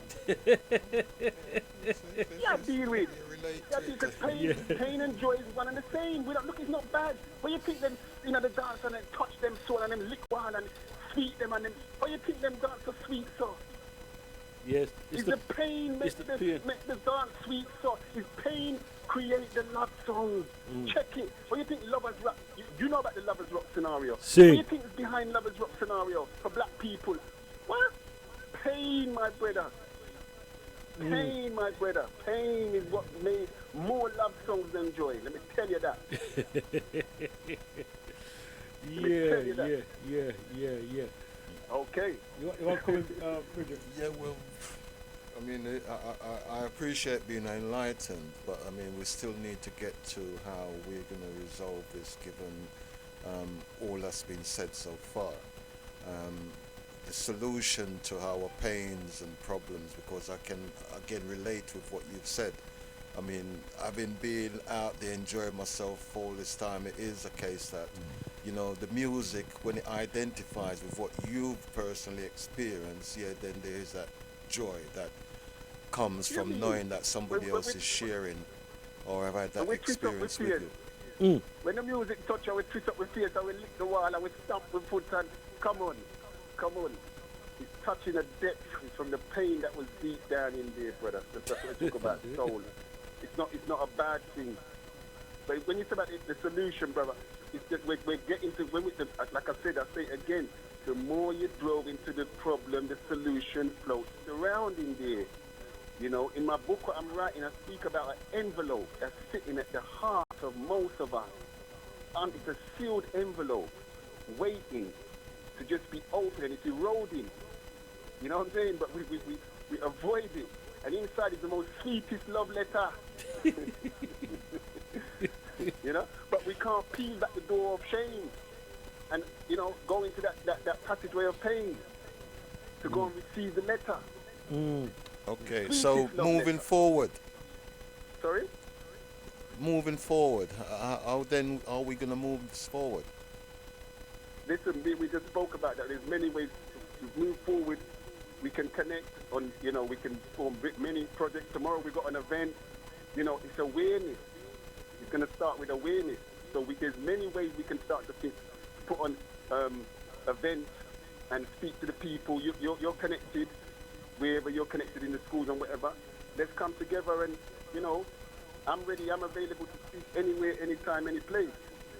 Well, to be honest with you, my experience of coming together is things that I've tried many, many, many times with many, many different people. And time again, I've been disappointed because I have been committed, and not only committed, but also, is it coming through? I have been not only committed, but I've been honest, because I've learned to be honest, because that's how I was freed from the prison of pain that I lived in for decades, you know, and I was living a lot in the past, so I was reflecting on the childhood and reflecting on, you know, all sorts of things that happened to me. And most of the time I was living there in the pain of all these different experiences from childhood. I had to get honest and say, well, look, listen, I'm responsible to get myself out of this pain. My first port of call was to go to God. I asked our Creator for help. I said, Almighty Father, Mother, Creator, help me. Holy Spirit of Almighty Spirit of all creation, help me. And, you know, and I began to confessed to my God and said, well, to my higher power, and said, well, you know, I've been this, I've done that, I did this and I did that, although I was a child, you know, I you know, please forgive me, please help me to get honest. And I just started to get honest, and I started to mix with other people who also were willing to get honest, and so on and so forth. We can't achieve anything without honesty amongst us. We have to be honest. It's better 1, 2, or 3 of us get together and start something than think we're going to get 100 people to get something going. What we need is honesty. We need truth, you know, and we need to live it, you know, really, and express it, you know, fulfill it, and we'll get somewhere. And then the rest will follow, you know, because truth is, and honesty is a thing, because honesty is something that is not glorified. It is looked down upon as a fool, you know, you're an idiot, you know, this and that. You know, I've been in many things. People just want the pot, you know, as soon as some money gets in, someone steals it and they run off with the money. You know, all sorts of things, all sorts of egos coming. You know, people want this and that position and want a power to manipulate and control this and that. It's not about manipulating and controlling and, you know, trying to be clever or trying to prove I'm better than you at making decisions or whatever. It's working together with honesty, with humility. You know, people are afraid to use the word love, but it's with love, you know, really and truly. You know, yeah, like I love my sons and daughters, you know, my brothers and sisters, and not just in word, but in actual deed. That's what we really need to get to that point before we can do anything. And it's like I said, it's best a couple of us, a few of us. I'm sure there's a few honest people out there, and we're the ones who need to find each other. By the grace of the Most High, He'll guide us to come together, and we'll achieve great things. 2, 3 people working together can achieve great things, you know, absolutely. We don't need 1,000 people. Yeah, respect for that. Yeah. Okay then, my brother. I want to give out your... Oh, what's the brother's name? The brother Clyde, is it? Yeah. Yeah, the brother Clyde, yeah? Yeah, Clive. Yeah, so, I mean, you know, I definitely would love to hook up with you, you know, and move this thing forward if you're prepared, willing. Yeah, I'm ripe and ready. Yeah, you'll be there Okay. tomorrow. All right. Yeah, Dougie's committing me for tomorrow. But just make sure you get my number from Dougie tonight, if you're serious. Yeah. And yeah, you can give me a call and we can work something out, you know, because. Yeah, I'm very serious. I have to say I'm honored to be given this opportunity in this studio, in order to know myself even a little bit better, because your perspective, even though I'd thought on, I hadn't really dwelled in it, you know. So that's the importance of being holistic in that we come around the table with different perspective. And as a brother I say, if we're honest, you know, within ourselves, you know, then things can be achieved. And I very much look forward to meeting with yourself, you know, and to continue with our ancestral journey and our duty as far as our responsibility is concerned. Brother Dougie, let me just say on a point what Tamara mentioned there. Yeah.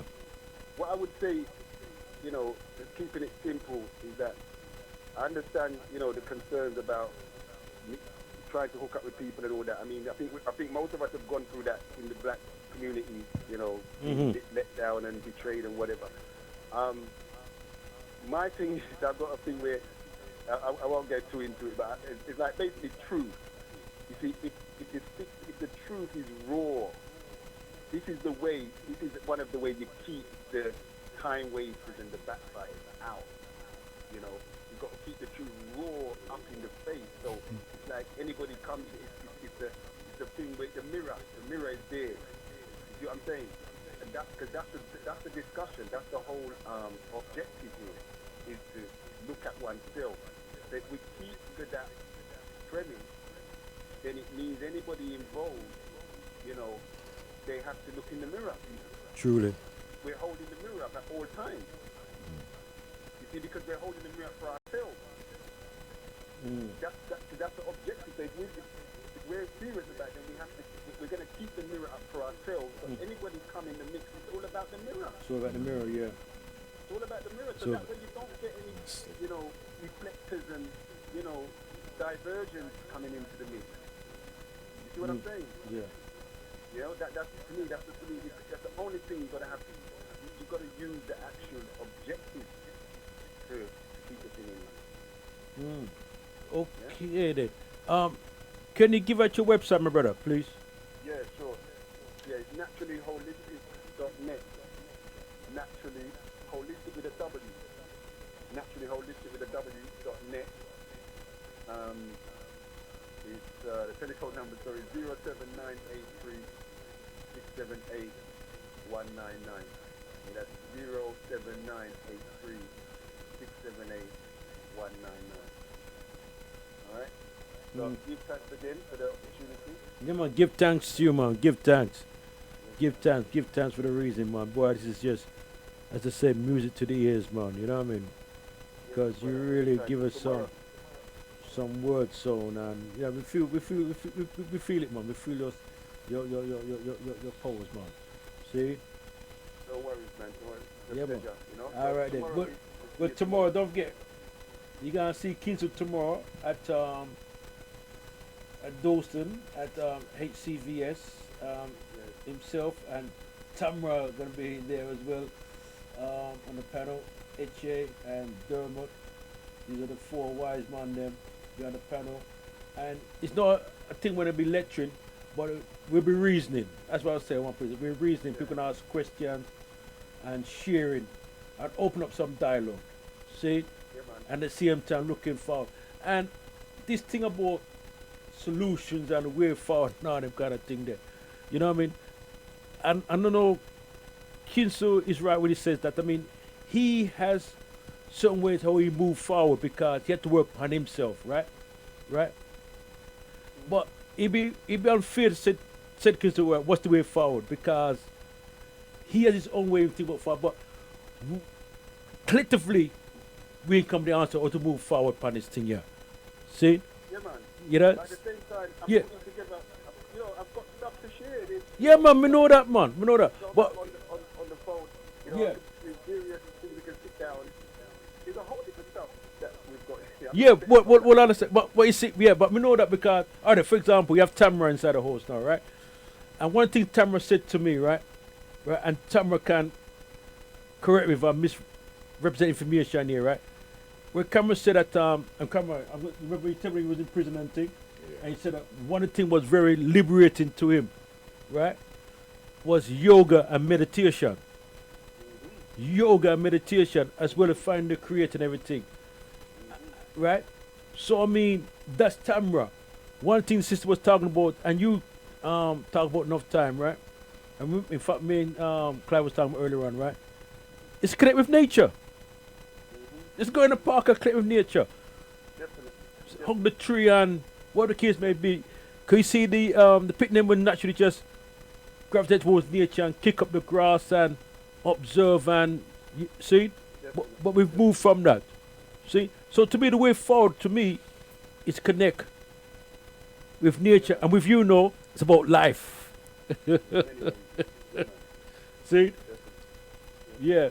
So it's a whole thing for move forward. But we are doing it anyway. We're connecting and networking. That's why, you know, we try not to jump past that awareness. Yes. You can't go into no solution without awareness. Yes. Yeah, so that's All right. all right. Yeah, man. Give thanks. Give. Yeah, man. Yeah, man. Bless up. Bless up. Blessed Lord. Blessed Lord. All right.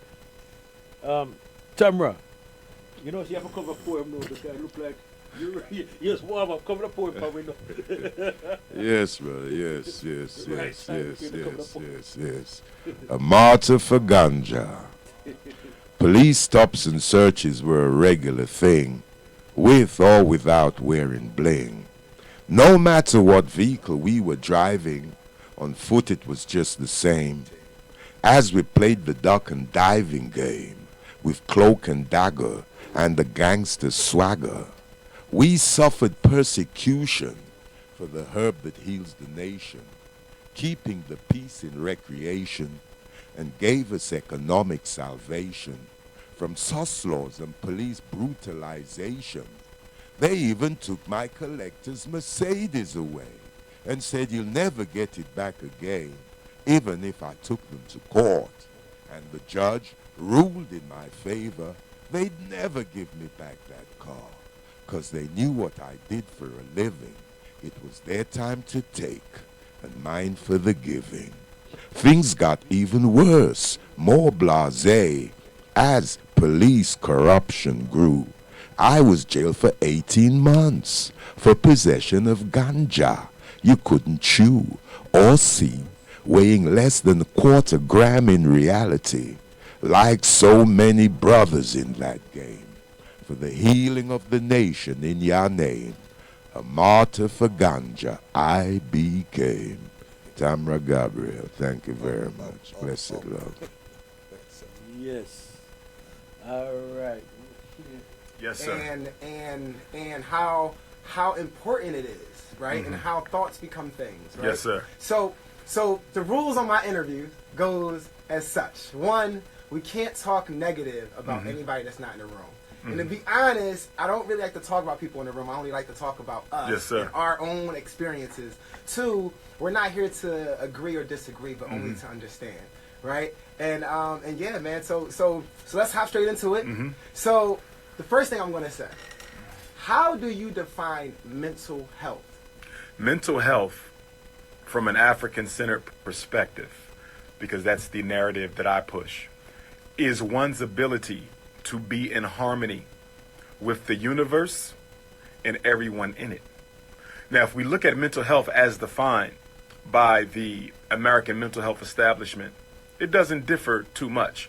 Mental health is defined by one's ability to function within a given set of circumstances. So when you're diagnosed with mental illness, borderline, bipolar, depression, schizophrenia, personality disorder, the list goes on, it's because of your inability to function harmoniously with a given institution or set of circumstances. Now, although I don't necessarily disagree with that diagnosis, or excuse me, that definition of illness, it does become a problem for us as African Americans because the system as it operates was intentionally designed for us not to be successful within it. And what happens oftentimes, so if we look at the school to prison pipeline or public school here in Philadelphia, and I'm a former Philadelphia school psychologist, by the way, okay? If the black boy isn't learning, we blame him. We don't look at the system. Now, from a Eurocentric definition, the black boy is the problem because you're supposed to function within our institutions. But from a holistic African-centered approach and from a truthful, honest approach, he's not the problem. It's the system in which he's being forced to function. So although I don't necessarily disagree with their definition, it does become problematic for us because the systems and institutions in this society were not designed, nor were they revised to guarantee that we could be successful within them. From another angle, simply put, all mentally ill people have two things in common. Number one, they don't have the ability to interpret their reality accurately. All mentally ill individuals have a problem, a fundamental crisis in being able to perceive reality. If you're an alcoholic, someone says, "Are you an alcoholic?" No, I'm not. But you're drinking 12 packs a day. But you can't perceive your reality accurately because mental illness disturbs that. So number one, it's the inability to perceive your reality accurately. And number two, okay, it is denial that you have a problem in the first place. How do you know that your mental health is intact? And I'm talking about you. Like, how do you know where you stand with your mental health? For me, as someone who practices traditional African spirituality, my mental health begins and ends with my relationship with Supreme Consciousness, i.e. God.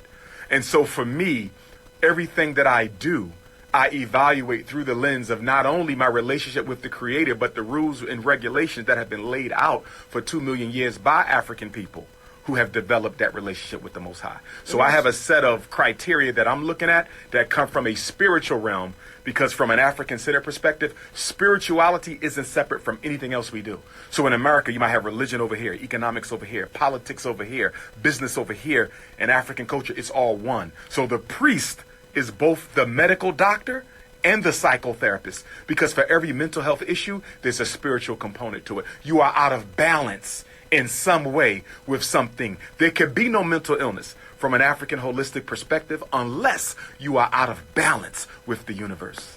How do you, so you know, I've watched a lot of, obviously I watched all of your interviews. Yes, sir. And I noticed that you attach labels to yourself. You know, Black, African, like different labels or whatever. How do you feel about labels? Do you feel like labels limit the mind?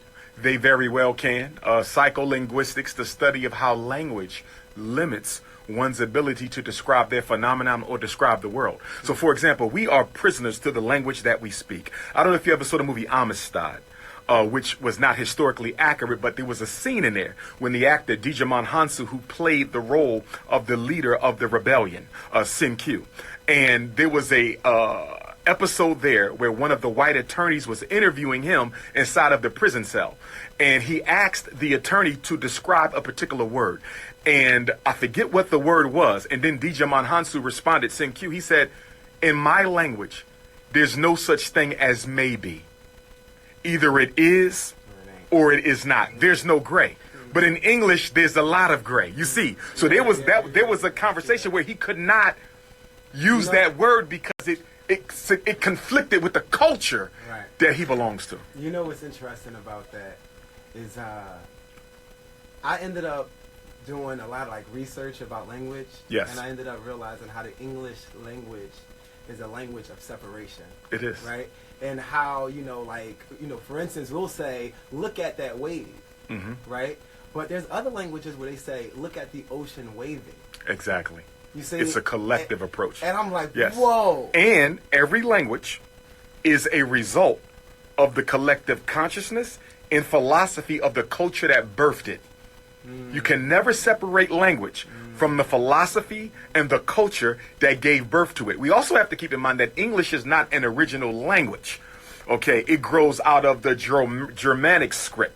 Okay, so English is not original, which is why if you go to the dictionary and you look at the origin of words, more than half of all words in the English diction are not English. You even have African words in the English language, which is interesting. Why? Because me working in the schools, there's always this big controversy over Ebonics, African tongue, and where a lot of white educators would argue that these children are speaking broken language. And I would argue they are not. They are speaking their indigenous African language, but they're using your vocabulary. See, there's more to a language than just the vocabulary. There's the philosophy, there's the syntax, there's the rhythm.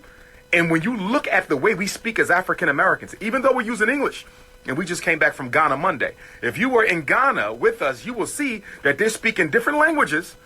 But guess what? The philosophy is the same. The emotional impact is the same. For example, as African Americans, we tend to always speak in the present sense. I'm about to go get something to eat. I'm fixing to go get my grub on. It's always here and now. African language is always about the here and now because we are always becoming. So when you hear Europeans talk, they'll say, well, we are going to get something to eat. There is a lot of respect paid to the enunciation of words. Okay? In most West African languages, from where we come from, there's not a lot of strong consonant endings on words. They're vowels. So when we talk in Africa, the words flow together as if you are rapping because we don't have to enunciate the N's and the G's and the Z's. Instead of saying we are getting ready to have supper, we just say we getting ready to get our eat on. And that's the way we all talk. I don't care if you're in South Africa, Liberia, Nigeria, Ghana, Cote d'Ivoire, Sierra Leone. We all speak the same way. The only thing we use from this language is the vocabulary. And America has itself to blame for that. Because although Willie Lynch, whether he existed or not, is irrelevant, but in the philosophy of Willie Lynch, he talks about how it was important to take the language away from the African. But guess what? In the 13 colonies, they did not listen. It was illegal for you to get an education. It was illegal for you to be caught with a book. They would cut the fingers off your hands for trying to get a self-education. So they kept us, believe it or not, by not teaching us English, they protected our indigenous language. And here we are 400 years later, coming up on August the 21st, and we still speak in African. I got a question for you. In this world, with the media, yes, the movies, yes, right? You know, because I'm in this space where, you know, the self-growth and the self-development is serious right now, right? Mm-hmm. And you never know what to believe. Yes. Right? You know, and how do we even know that any of the things that you say are true? How do we Mm-hmm. know anything is true or false in a sense, right? Mm-hmm. The thoughts that you are having Mm-hmm. are being perceived through your eyes of your experience, Mm-hmm. right? And we all perceive our reality through our own experience. Mm-hmm. Who is to ever say what is right and wrong? What you're dealing with there, and that's an excellent question, good brother. You're dealing with a fundamental difference in the way cultures interpret reality. So let's look at us as African people. In our cultures throughout the continent and throughout the world, we believe that experience is shared by all individuals within a particular village or culture. So in most African cultures, the fundamental existence of a person is not the self, it is the village.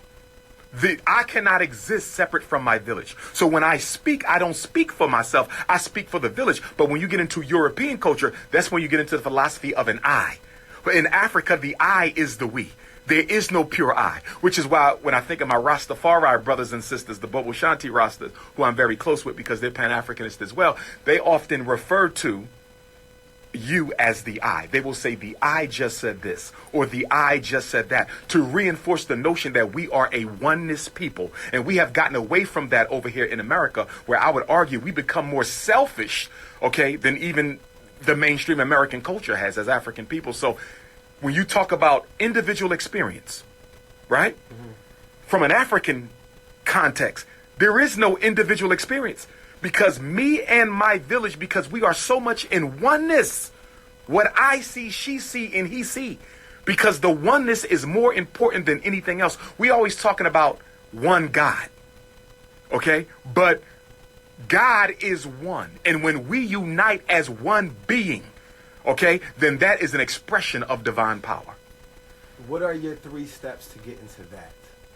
To coming together as one universal consciousness? I believe, fundamentally, and I think my cousin, the great Frederick Douglass, said it best when he said it is better to raise strong children than to repair broken men.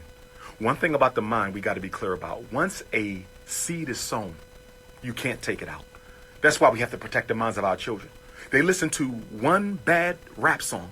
They watch one bad movie. One idea is put in there. Everything planted in soil must bring forth. That's a universal truth. And that's why we have to protect the minds of our children, because once the wrong seeds have been allowed to be planted in there, you can't take them out. Okay, so hold on. Because would that imply that there's nothing we can do? No. Because, okay. No. Because the way I feel is like this, you know, I was growing up, people would tell me things and I would believe them, right? Right. Especially like our parents. Yes. Right? Our parents are gods. They're perfect. Yes. Right? And everything that they do, I want to do. And I'm Mhm. watching them and I'm learning everything. And basically I take these beliefs that create my behaviors into the world, right? Thinking that they're okay.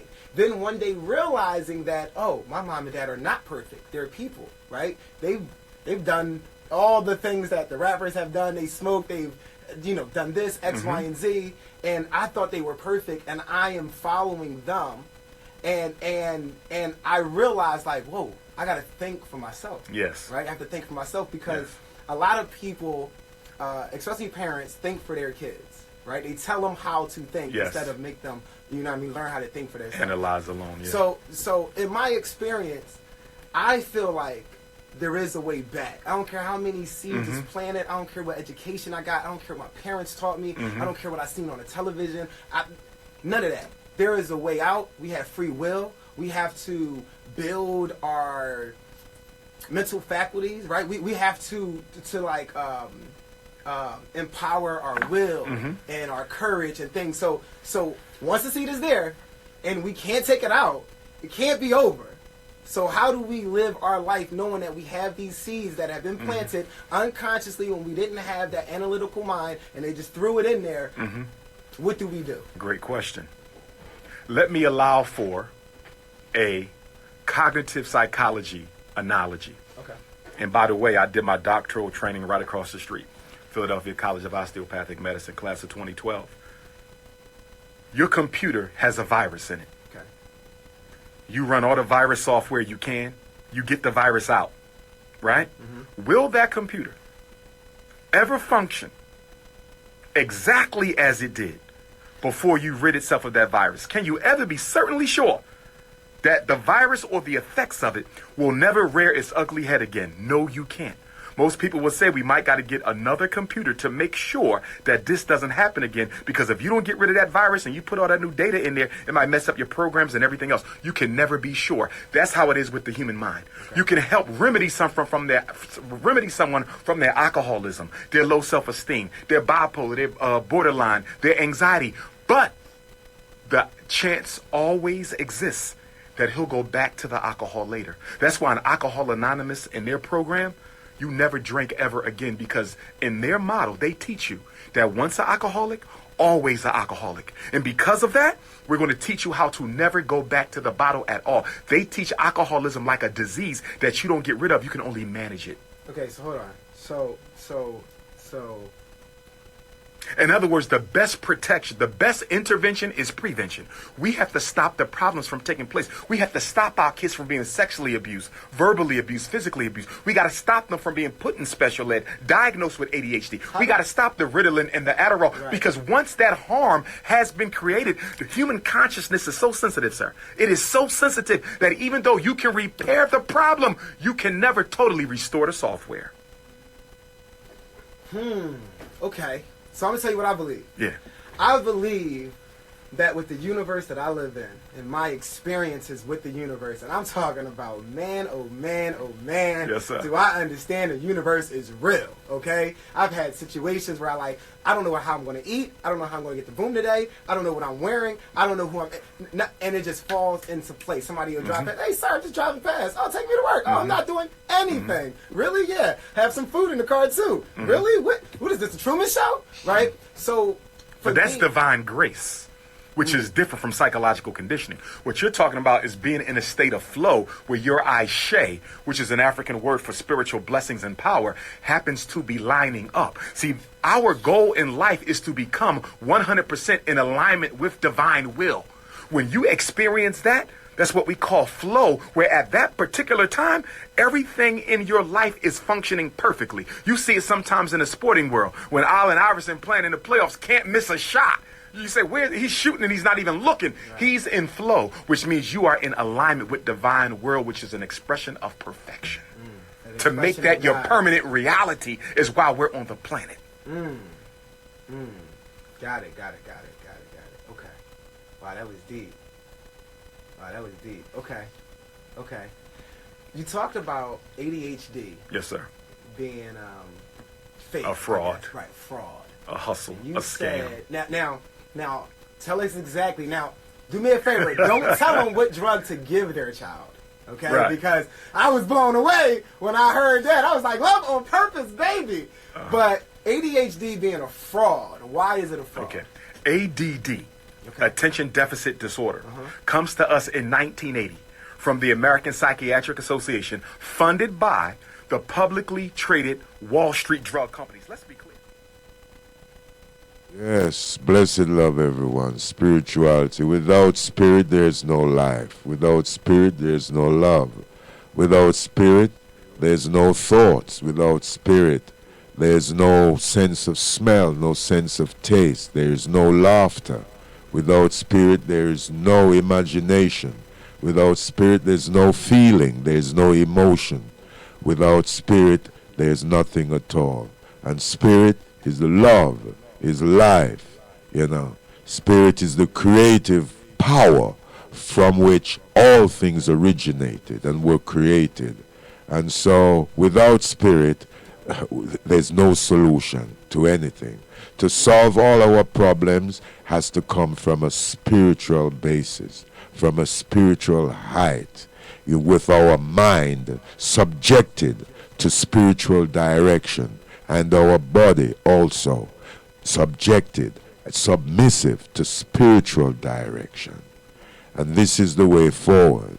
So as we as black people, you know, the way I understand it, we were very disobedient with our Creator. You know, and this is where the separation came, through disobedience. You know, the Most High said to us, as is written in Deuteronomy, I believe it's Deuteronomy 24. It talks about the curses and the blessings. And the Most High, our Creator, said to us, do as I command you, and you shall always be at the head of society. You shall be rich beyond measure. You shall your children shall prosper. You shall have many cattle. You know, you shall succeed in everything that you do. But we disobeyed, you know. And disobedience of the Most High, meaning that instead of putting God first, we put material things first. Instead of putting God first, we put gold first. You know, we put womanizing first. You know, we put selfishness first. We put arrogance first. We put dishonesty first. You know, and so we fell from grace, and prophecy was fulfilled. We were told that if we disobeyed, we'd be carried away in ships, you know, with iron necklaces round our necks, not very comfortable ones either, you know, and things like that. And all this thing happened to us. So in order for us to gain dominion of our own lives on this earth plane again, we have to return to God Almighty, our Creator, our true nature indeed, an originator. Blessed love. Yes, brother, would you like to please take it a bit further? I cannot really take it further than that, my brother. All I know is obviously our spirituality definitely determines our mentality, and where we're dealing with our mental health, yeah, until we address the real issue of our spirituality, then our problems, our blessings will not be realized. Yeah, so that is what I think is our real solution. Knowing who we are, who our God is, yeah, where we're coming from, that will take us to where we need to be. Absolutely. Yeah, and it is essential because we are the ones who pave the way, because we're the only ones that know the way. Okay. Absolutely. Sorry, we got something live. Greetings. Greetings, brother Dougie. All right then, this is Dermot, on the line. Dermot, how you keeping, man? I'm good, sir. All right then, good. Well, Dermot, we hear see you have a limousine. You're coming tomorrow, and we have I hear that we had to have a red carpet for you tomorrow, because the way you're going with, you know what I mean, you have some demands. You know, the man say I come with limousine and red carpet and all them thing there. Hey, Tamara, hear the man say? Yes. He must come for limousine tomorrow and red carpet, because you know him from the build tomorrow. You know Yes, what they say the ghost within. The ghost Yeah. within. Yes, brother. Yes, yes. Cool limousine 2 foot. 2-foot limousine. That's the best limousine in the Best world. limousine in the world. All right then. So Derwin, right? I want to share. You have a poem for us, because you can't just come and talk about sharing a top poem with us, yeah? Alright, this one's called In Love in Memory of Stephen Lawrence. All right. Aye. Reluctant to give up on a future so bright. Acquainted with grief, yet positivity inside. Our motion to embrace our history and race has brought us good fortune for the future we face. When all around us things seem so bleak, don't be discouraged, for you know we're unique. From the colour of our skin to our up-tempo heartbeat, to the souls of our ancestors who wouldn't take defeat. With a flicker of the picture that tells you the story. Not his story, but our story. Look into my eyes for no book can contain our knowledge. From time long ago, I'm talking way back, you know, beyond the days of slavery. We were versed in the arts of astrology, chemistry, even human biology. Then for many years a history taken, devastating effects even on the latter generations. Warriors would see their wives would see their warriors. Oh man, it just slipped me, you know. It slipped me. But hold on. You see them little tease poem there, sir. I want you trick us still, because you don't want to give us a foolness of it, you know. Hey, we don't say Tamara is a poet artist still, so he know the trickery we have to do still, you know. But hold on, Bridget, because we know see you have about 3 or 4 book, right, where you've written some spoken words, and you wrote a book of fiction on the whole thing about religion and the ghost within. And also, I also write songs as well. Are you write songs as well? Yeah, I also write songs. So, yeah. Hold on, like let's see me get bigger and bigger, no turn. So you write so okay then. Let's hear right. So under my belt I got fiction, non-fiction, poetry, and songs. All right then. So let people know about the books that you have out. Well, I got Liberators out, which is a historical fiction. Now, historical fiction means that it's based on history, but it's a fiction. So it could come to pass. It could come to pass. You know what I mean? It's about the liberation of black people and going back to Africa, going back to the homeland, and it shows methods of going back to the homeland. Like I said last week, instead of buying a microwave, buy the machinery to build a microwave. Instead of buying one television and sending one television home, buy the machinery to send to build a television. Instead of sending one car home, buy the machinery to build a car. So we're buying pure machinery, send it to the West Indies, assemble the things from there, and send it on to Africa. You see what I'm saying? That's what it says in the book. That's how the book is orchestrated, you know what I mean? So it gives us a diverse kind of outlook, you know what I mean? The book is a real teaser. Okay then. All right then. And how they get involved in the whole thing of writing and poetry? Well, years ago, about 27 years ago, my niece said to me, why don't I write a book? Why don't I write a book, you know what I mean? So I just started from there, but actually 27 to 30 years ago, I was in Jamaica on my knees, and I was praying to the Eledami, which means creator in Yoruba. I was praying to Eledami, and he said to me, show me your hands. So I jump up, you know what I mean? I jump up and I run around the house, and I find out that my dad was sleeping and my mum was sleeping. So I went on my knees and I said, Eledami, my hands ever before you.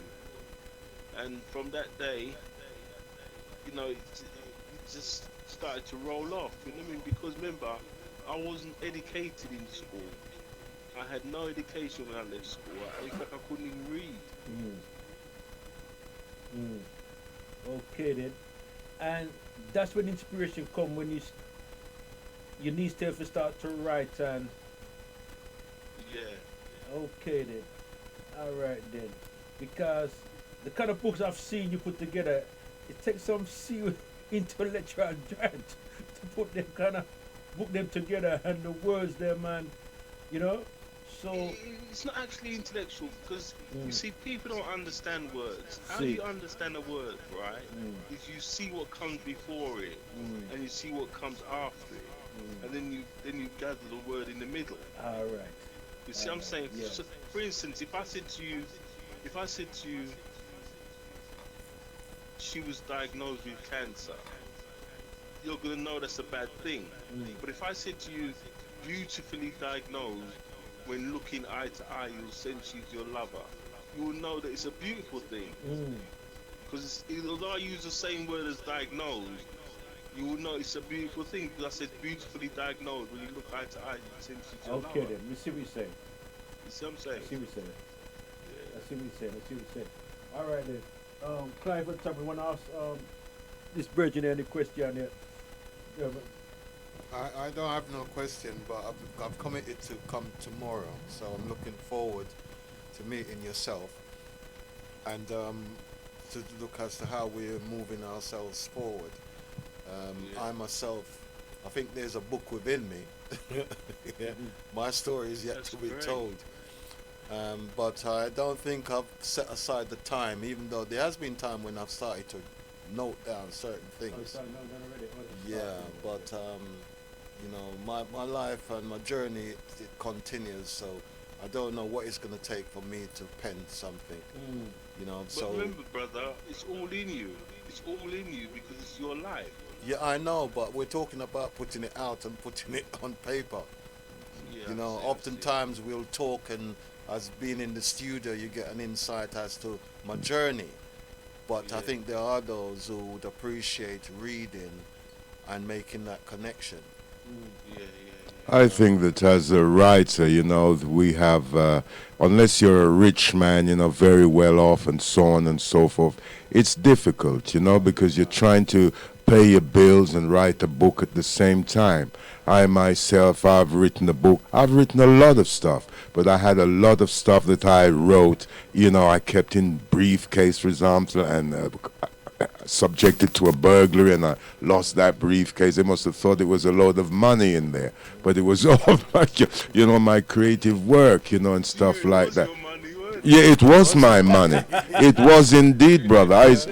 Yes, I used to tell people that, you know, I've got the treasures in here, priceless treasures. I used to tell people it was in a, you know, in a combination lock briefcase, you know, and the yes, and yeah, and yes, and so I understand that, you know, we're all walking, talking books. You know, we're living, walking, talking books. There's a book in all of us. At the moment, I'm trying to get a woman who's been through cancer for the last 12 years or so to write a book, because her experience is absolutely inspiring and, you know, strengthening. You know, it's very, very powerful stuff that will help other people to, how do you mean, it help other people to get honest with themselves and to realize that things aren't so bad after all. And if she can do it, then they can do it too, because they don't have cancer, you know, and stuff like that.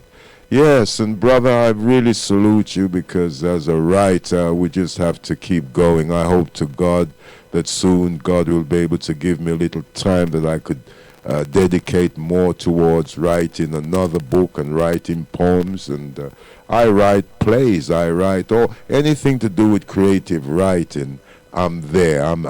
That's my domain. You know, that's my gift from our Creator, like yourself, brother. And also, I'm a singer too. You know, I've been singing from the age of 12, and I wrote songs from the age of 12, because to me songs are like poems, and you know, or you know, short stories, whatever you want to call them, you know. and to have the melody as well to go with the song, so that you can actually put the song into melody, the poem into melody. It's a wonderful thing, and you know, I wish you all the best in your journey, brother, you know, and with your creativity, you know, and with everyone, whatever they're doing out there that is creative, you know, and not destructive. Blessed love and success be with you all, you know. Good health. So, let me ask you a question. How do you see the future for yourself? Because, I mean, I know you do a lot of work in terms of workshops with,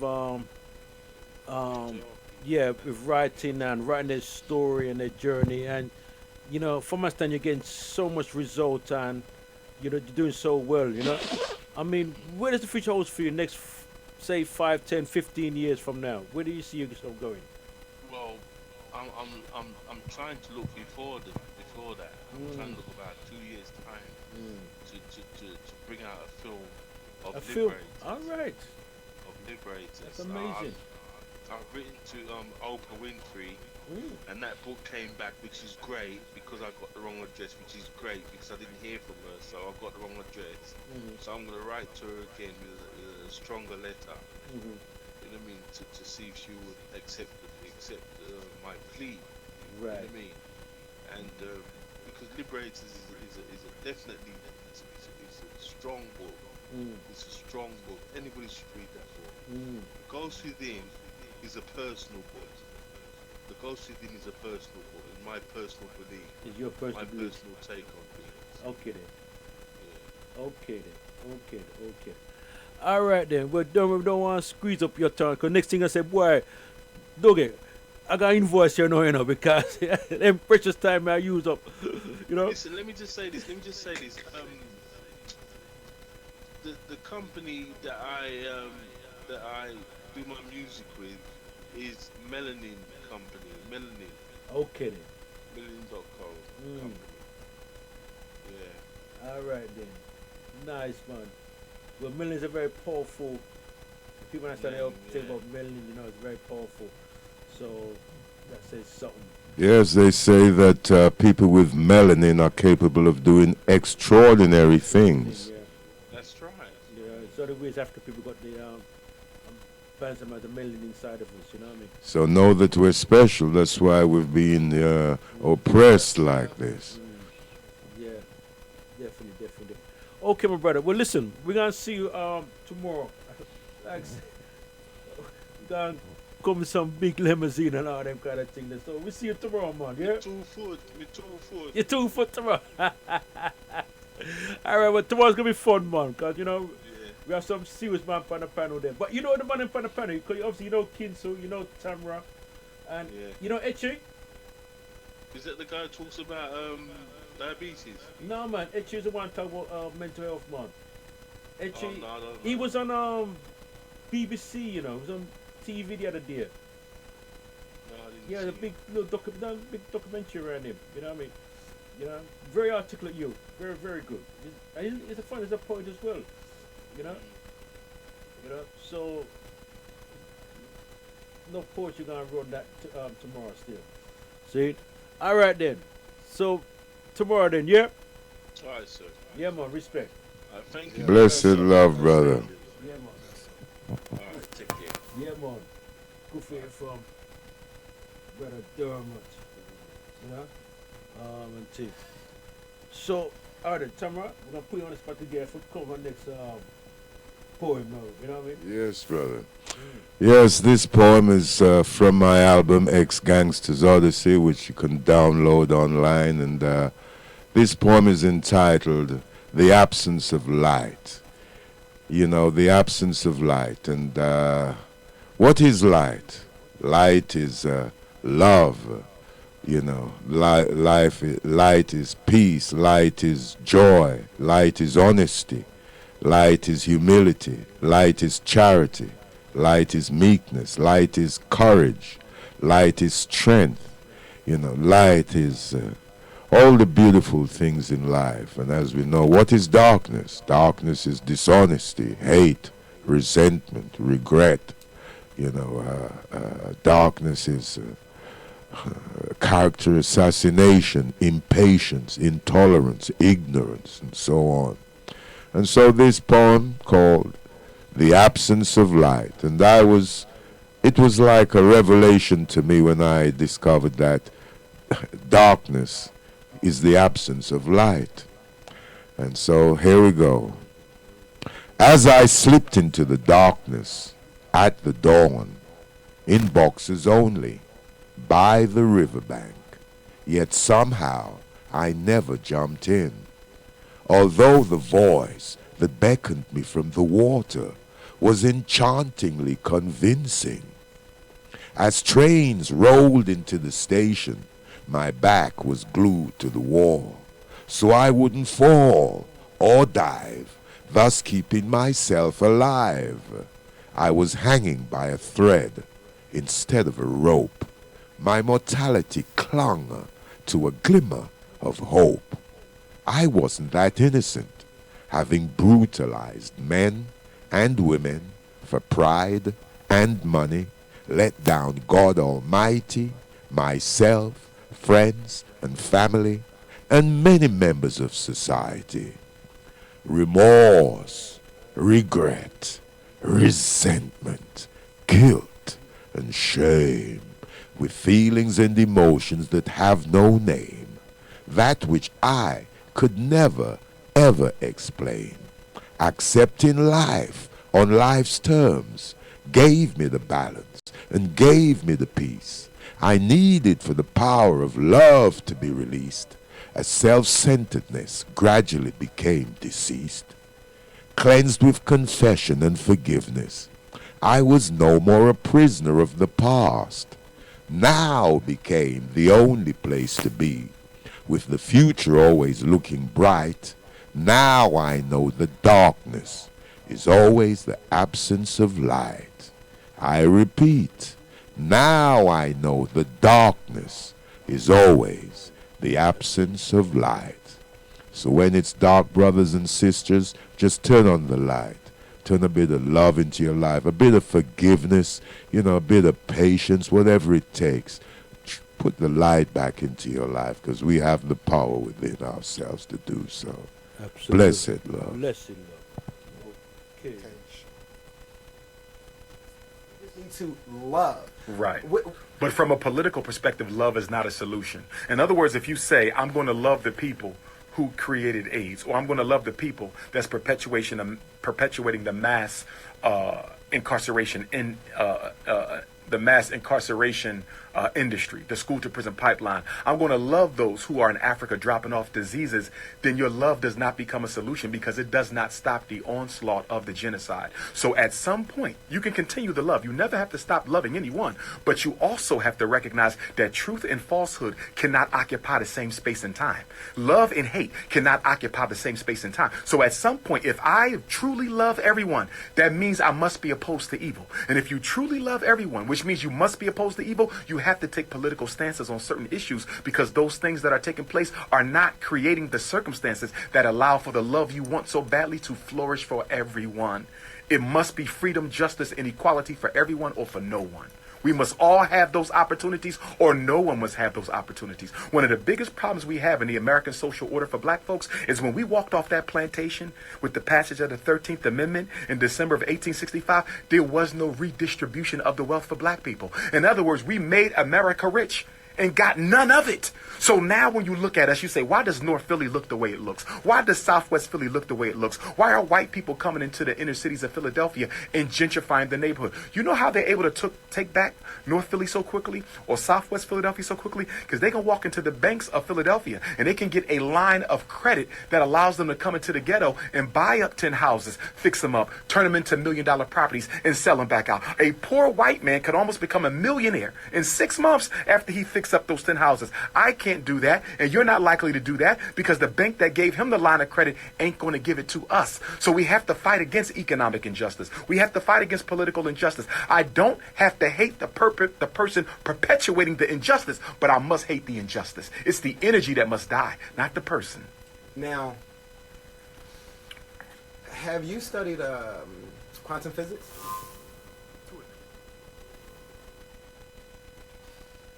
Yes. Okay then, so at this point, gentlemen, I'm bringing Bridget in because, you know, he's doing a lot of work around young people, kind of life, and things like politics. So the question is, you know, right, what is our government, or what we should be doing, or is the money strategy? What we think is the way forward, because enough time you have to go forward, because you're getting teach your time. Yeah, I'm getting very much impatient because one as we had touched on this Brexit thing that's been in our community for the past three plus years, and it would appear that this election is to decide it. However, there are those who are in favor of remaining, those who want to leave, and there are those also who are still on the fence. But personally, I agree with the long game. I think I shared that with Brother Dougie before, in as much as where we're at politically with our European Union. Now, personally, I believe that if anything, we should be having a level playing field for everybody, and the decision should be geared to qualifying on whatever the needs of the country is insofar as its shortfalls. This election, I believe, affords us an opportunity to bring back a social or socialist agenda, if that can be said. We live in a world whereby money dominates to the detriment of our old social well-being. As you see throughout the world, if it's not rain, it's fire, and snow not come yet. Yeah, so we need a government in place who's going to be concerned for everybody. Yeah, the rich can look after themselves, but certainly the poor needs the support. Now, myself, I've been campaigning, as you know, because the election has been called. I've had an experience which I thought it wasn't to happen. That's to say, in Edmonton, there was a trigger election, which was to cause a reselection as to our sitting MP. Now, we were fortunate that you could say there was divine intervention because Boris called the election, so there wasn't enough time for that selection process to go ahead. Now, what has been evident is austerity has impact on our community to the extent that parents have lost, their responsibility insofar as their children. Parents have lost jobs, and kids, to a certain extent, have become breadwinners to their own detriment because they're effectively killing their one another on the streets, and we as parents are somewhat powerless because our children's lives have become a lottery. And I know that there are a number of elders or groups, organizations out there trying to address this particular issue. But as we've touched on before, we've got to come to be honest with ourselves spiritually that we've lost our way. Society has got no moral compass, and we ourselves have lost our identity and pursuing financial gains rather than dealing with our social well-beings. So I would like to encourage you out there, despite this weather, to go out and exercise your right of vote, even at this late stage, because if I'm honest with myself, I know I am one of few that empower myself by becoming a member of a party, irrespective of whichever party I go and I do join. That gives you the power to select who you want to represent you. And one thing I'd like to come out of this darkness of this winter period is that we as Africans, or some might say black people, that we come to realize to ourselves that we need to engage, because until we engage, we can't help our children. Yeah, because the powers that be has taken them from us. They may well live in the house, but when it comes to jurisdiction, yeah, they're open to the system, because we can't discipline them. The system has taken that responsibility from us. And those of us who do try, my cousin being an example, we end up being incarcerated, sent to jail. Yeah, yeah. So I've seen that. Are we talking about beating our children by, giving them a smack maybe occasionally? Is that the discipline that you're talking about that we're not allowed to do? Well, I suppose we could say chastising or smacking. We can't be saying beating, because as a foster carer, I know that is being regarded as an abuse. Yeah, but they've got it so fine now that even talking to your kids in certain manner is classed as being abused. Right. Yeah, but they haven't got any moral standard to judge us by, because it would appear from the time Mary Whitehouse went, from she died, it's like everything died in society, or in white society, as we could call it.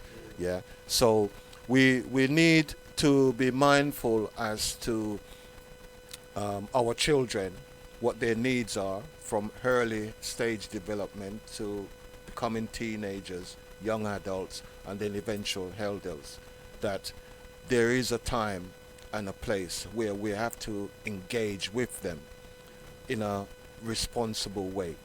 And I would say, despite our upbringing, hard times that we've been through, most of us, when we look back on our past, we would still commend a lot of our parents for the way that we had been brought up, given the circumstances we find ourselves in.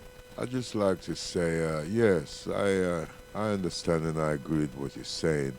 At the same time, I do recall that before any government legislation, the licks, the beatings that children were getting, and the treatment, not only beatings, but being starved and or being used as a house slave to do every chore around the house while mommy and daddy put their feet up. It's like the child was the parent, and getting beaten and scolded and abused in all ways. You shall come to no good anyway. You think you're an idiot. You can't learn anything, and all sorts of things. Abusing them from, spiritually, mentally, emotionally, physically, and some even sexually. And I remember as a child feeling somehow elated by such legislation, but for me it was a bit too late, because I'd been violently abused on a daily basis. I was afraid to go home from school. When that school bell rang, I was afraid. I didn't want that. Everyone else was happy and leaving the class, rushing home.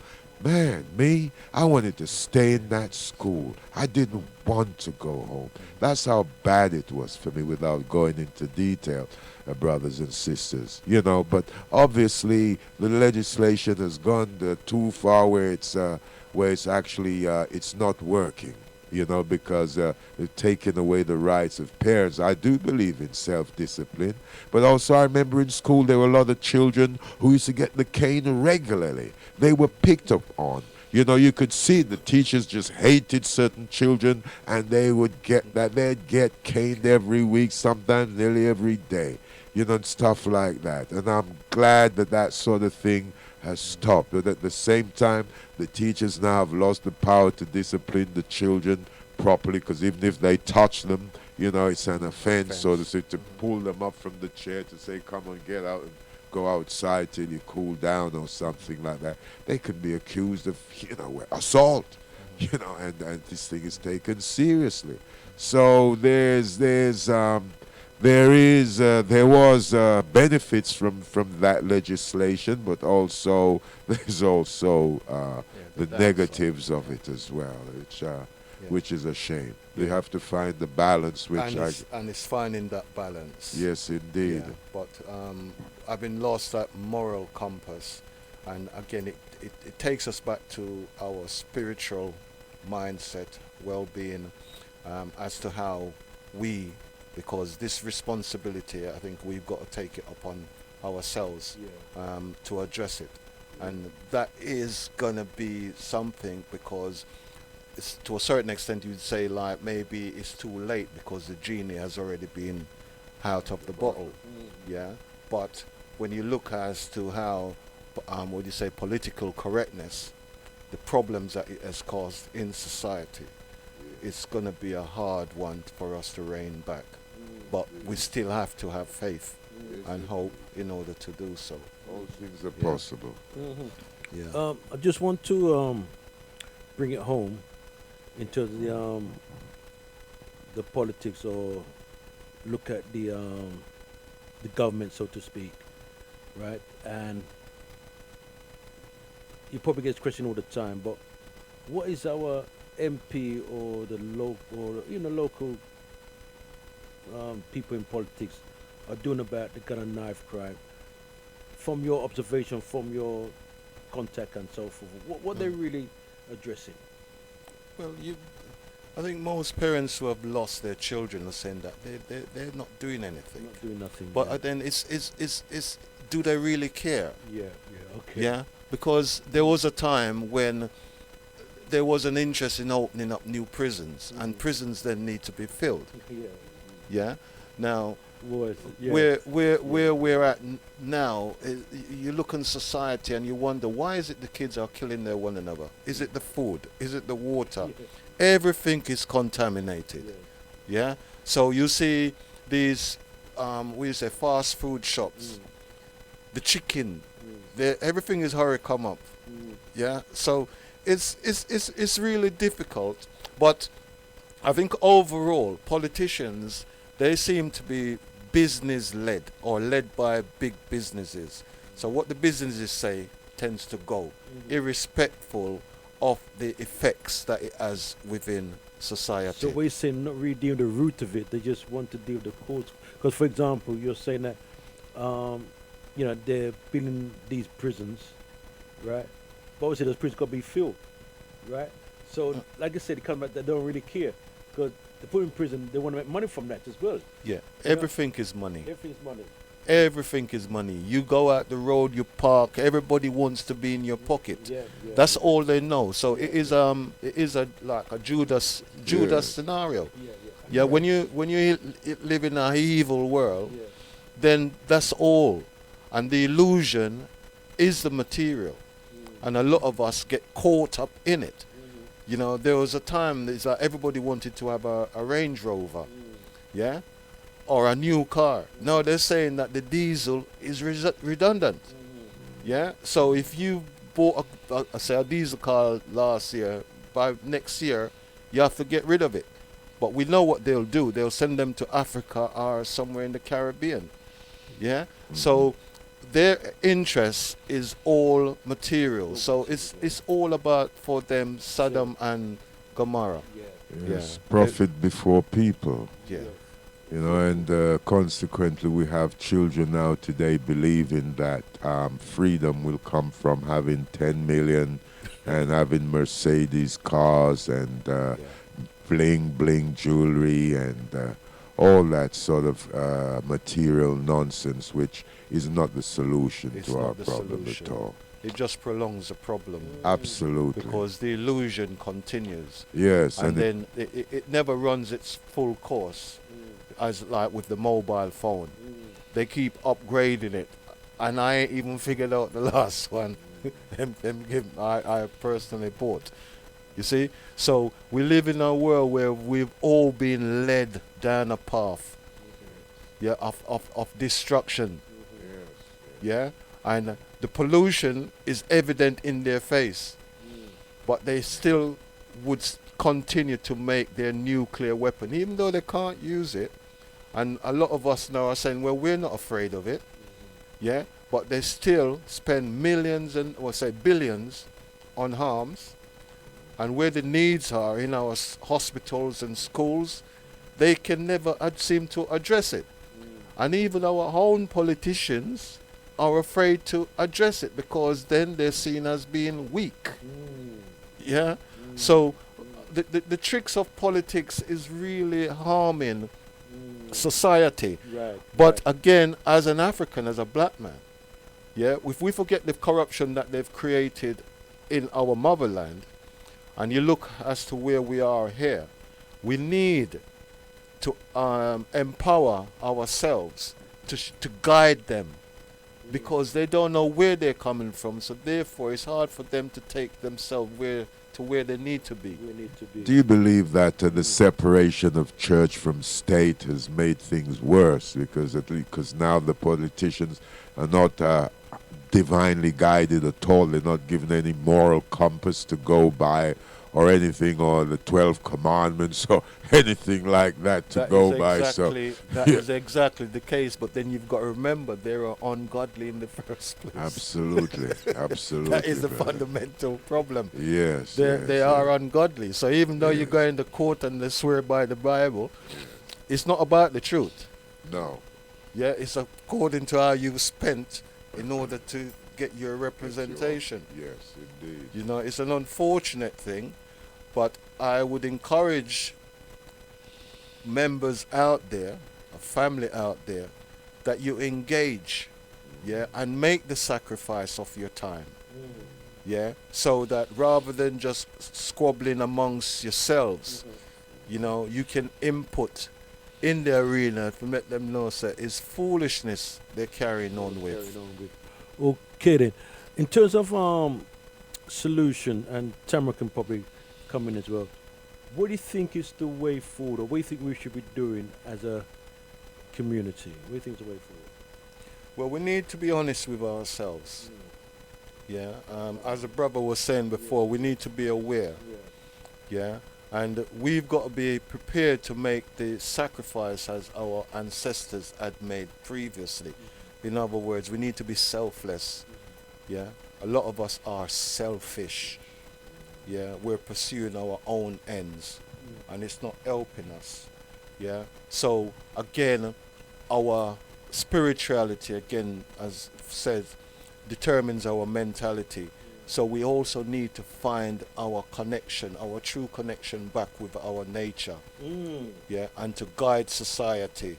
That, as you see, some weeks previously, where they were protesting on the environment, even though they themselves probably drove there, or they're happy to jump on a plane and fly to wherever.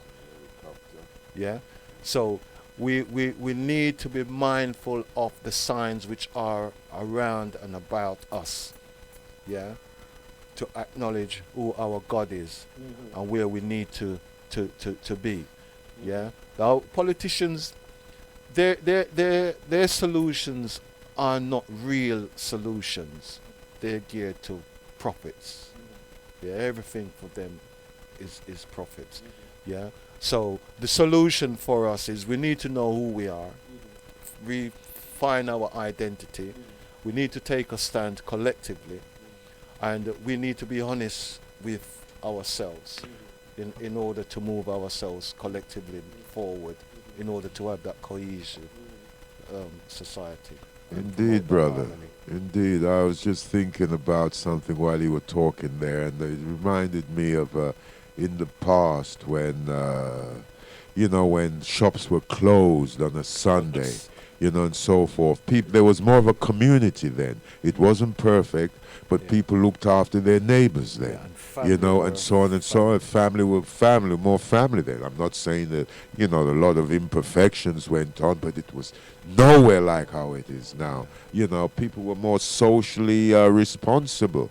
Even though there were more racist. Even though, yes, there was a cruder racism then, because you could just get attacked on the streets, and they'd get away with all that stuff time and time and time again. It's like they had immunity to go around and bash in black children and Asian children as well, But But you know, but that respect for God, for our Creator, then that no shops open on a Sunday. And, it helped to bring families together. And because they had this communion on a Sunday, visiting each other and so forth and so forth, it gave them a time to reflect. Yeah, I could reflect on my week, how it went, and could even get honest with myself. Say, well, I think I better go and apologize to the boss on Monday, something like that, or go and make up with the wife before the week starts. Don't want to be going through the week with the same rubbish and so on. We need that time out. We need that day of rest. And I feel the lack of spirituality in society is really our problem. Yeah. Absolutely. We need it back. Bring it back. We need it back. But you know something, talking about Sunday, and in Jamaica, upon a say it's a Sunday because certain places it's just quiet. When people see on the road, people I come from church or I go to church. See, you don't see people up and down. Certain places I talk about still, you know what I mean? But that's a Sunday is a church thing. It's a church thing. It's a church And the other thing you might notice is over the years, how many churches closed down. Yeah. Yes, that's right. Closed down. To flats. Yeah. And no, their main concern is the pubs which are closing down. That's the only one that them feel something. That is the false spirit, you know what I mean? Yes, that can close down. The false spirit can close down. They can still get the alcohol from the pubs and so on. Yeah. So from the off licenses, right? Yeah. So we've really got to take them to task and reclaim that moral high ground. Yeah, and I think that responsibility ultimately lies again with us because the only churches which are thriving, because obviously we are spiritually led. Yes. The only problem is that we're there in spirit, but we've accepted the untruth. Yes. And we need to now find the truth. Absolutely. Because as it's been said, it's only the truth will set us free. Yes, brother. Yeah. And the truth is, I said something about Deuteronomy 24. No, it's Deuteronomy 28.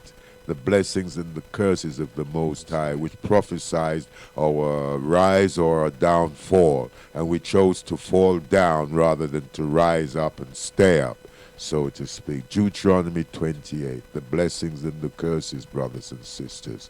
We are the one who've put ourselves in this situation by separating ourselves from the Most High, by being in pursuit of money, being in pursuit of self-gratification, of all these selfishness that we've decided to accommodate in our lives, rather than disassociate with in our lives. Brothers and sisters, we need to come back to God, a return to spirituality, brothers and sisters. No matter what your faith may be, we need to be spiritual beings because that is our true nature. That is our true nature. Absolutely. One love. And it's as simple as to saying, howdy do, because we can walk down the road tomorrow and we can hug up whoever we want to hug up. Yes, brother. But we're fearful to do that. Yes. Because the enemy somehow has got in between. Yes, indeed. Earlier on, you talk about that. We need to be in the system, the usual system, but be in the game to understand, how it's played. But in terms of, in the context of talking about politics, so my question would be really about how do we gain, or what's the benefit of being involved in politics? I mean, why do you say we should be involved in politics? The benefit of being in politics, and I'm not talking as an individual, I'm talking in sufficient numbers so that we can cover our bases. One, whatever the enemy is planning, we will know because we're in there amongst them. Yeah. Strategies. But when you're into politics, you basically know things in advance of them happening because you're setting the program yourself. You're setting the agenda. So if you're not around the table when the agenda is set, then you're just going to feel the earthquake.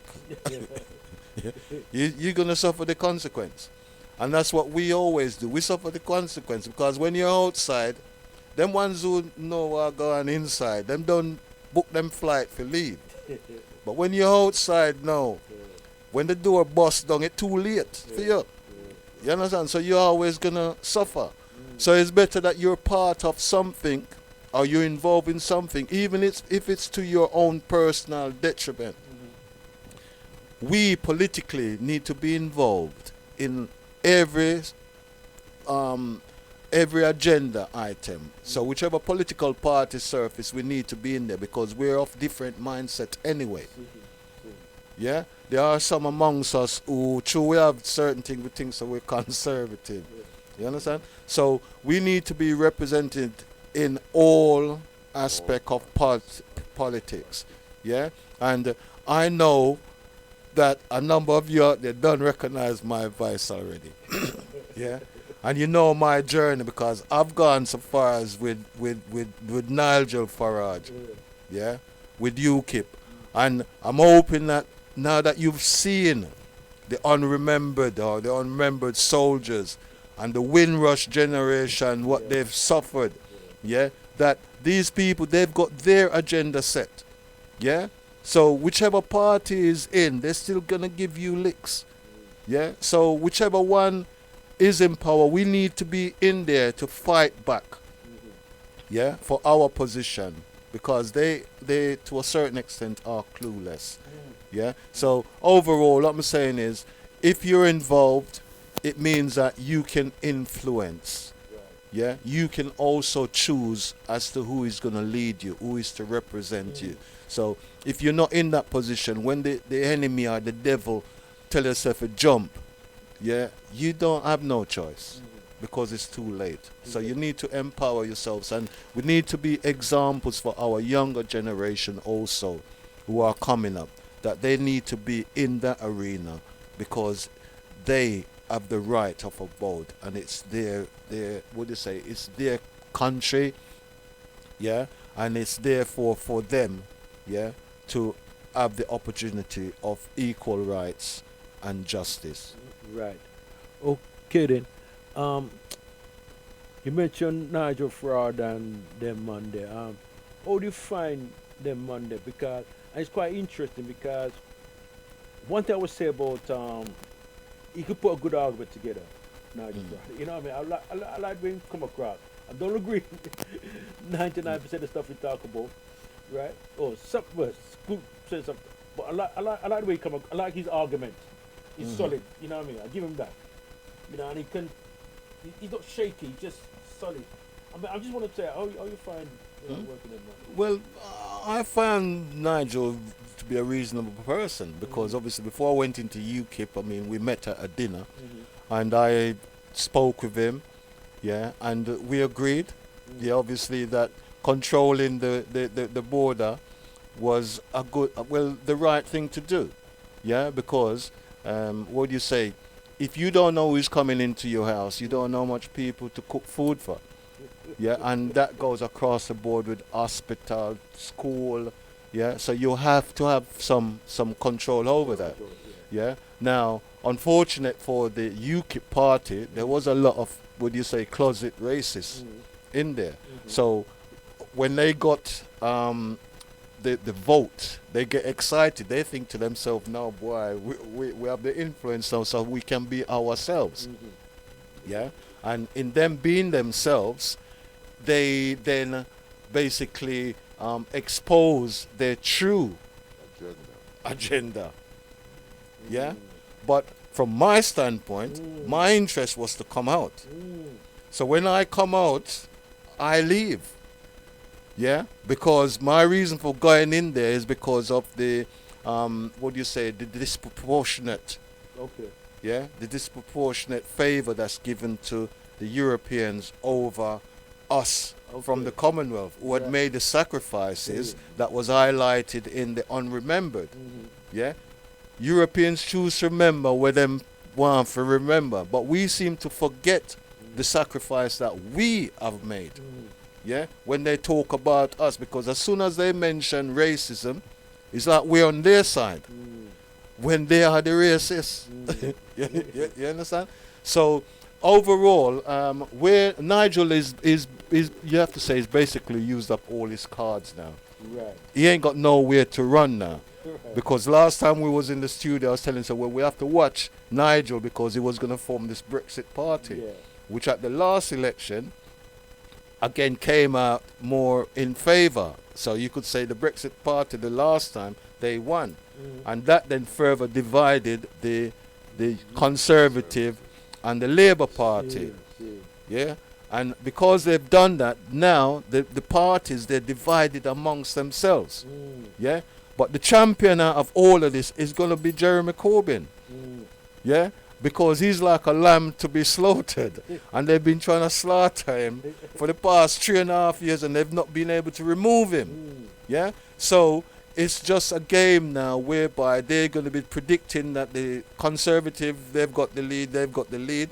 But under the appointed time, there will be a divine intervention. It might be snow, yeah, yeah, or rain, yeah, but something will give, yeah, that will make us then make the right decision. But I'm asking the African, the black community out there, please, just go and do a little thing, yeah, and we will see miracles. You understand? Because I tend to work with Europeans in their mindset. You see, from it's not for them not bother. Yeah, I'm not saying it's not the same for us. Yeah, but in this, one thing we know where Corbyn, he spent some of his youth. Yeah, we know that. Yeah, so therefore he has a better understanding of us and we've got a better understanding of him. You understand? So common sense will have to really come through on this one. So, in terms of Corbyn, have you met him personally? You really? I've not met Corbyn personally. Okay then. I have actually. Yes, because with the charity that I founded, From Rehab to Life Foundation, which is about which aims to steer the community away from drug and alcohol addiction, violence, and crime. We are housed, so to speak, at the Brickworks Community Center on Crouch Hill. Okay. And it so happens that Jeremy Corbyn, of late, a few months back, actually got an office in there. Okay. And I actually was introduced to him and we shook hands. And he's a very likable fellow, and he said he looked forward to working with us. You know, he seemed to genuinely have a connection and a feeling for black people, so to speak. I must say that he did come across to me as a genuine person, down to earth, you know, his feet on the ground, and yes, absolutely. So that's all I could say about the man. Yeah, so I know, again, had I not journeyed the way that I journeyed, we would not have had Corbyn. You see, and it's the same even in Edmonton. Had I not journeyed that way, we would not have presently a black MP representing us. Right. You see, so the sacrifice has been worth it. Yeah, the abuse, my shoulders is broad enough to take, you know, but it's nothing compared to what my foreparents had endured. Well said. You know, so that's what I look at most occasions. You know, so this election is going to be very, very interesting, but it is the fall of the beast. Okay then. Well, it's been prophesized anyway, you know, it must fall. Okay then. The question will be now, where's the future holds for you 5, 10, 15 years from now? Oh, me? Well, I'm trying to empower the youths presently, but I see over the course of the next, say, 2 to 3 years that I'll probably more than likely end up back in council. And I'm saying that because within my community no one has really stepped up. They've criticized me, they've said this, they've said that, but nobody has really stepped up. Yeah, so my task is to empower the young people, yeah, because if I don't do that, then I'm going to end up trapped here. Okay. And I'd really like to be in Jamaica. Yeah, so in that time scale that you've mentioned, I'd like to be in Jamaica. But failing getting the youths them empowered, I'm going to be here. Okay then. Tamara, you have a point for us? Just come in. Yes, brother, yes. This poem is called Ereline. Ereline. Ereline was my best friend, my cousin and girlfriend. I never ever had to pretend. We lived close together by the sea on the beach of Lagon. I loved the beauty of her mind and skin and her spirit deep within. That's my Ereline, childhood sweetheart and darling. So when I had to leave, I was sorely grieved as I held her hands that night on the stars and full moonlight. Although I was just a child, I felt like a man inside.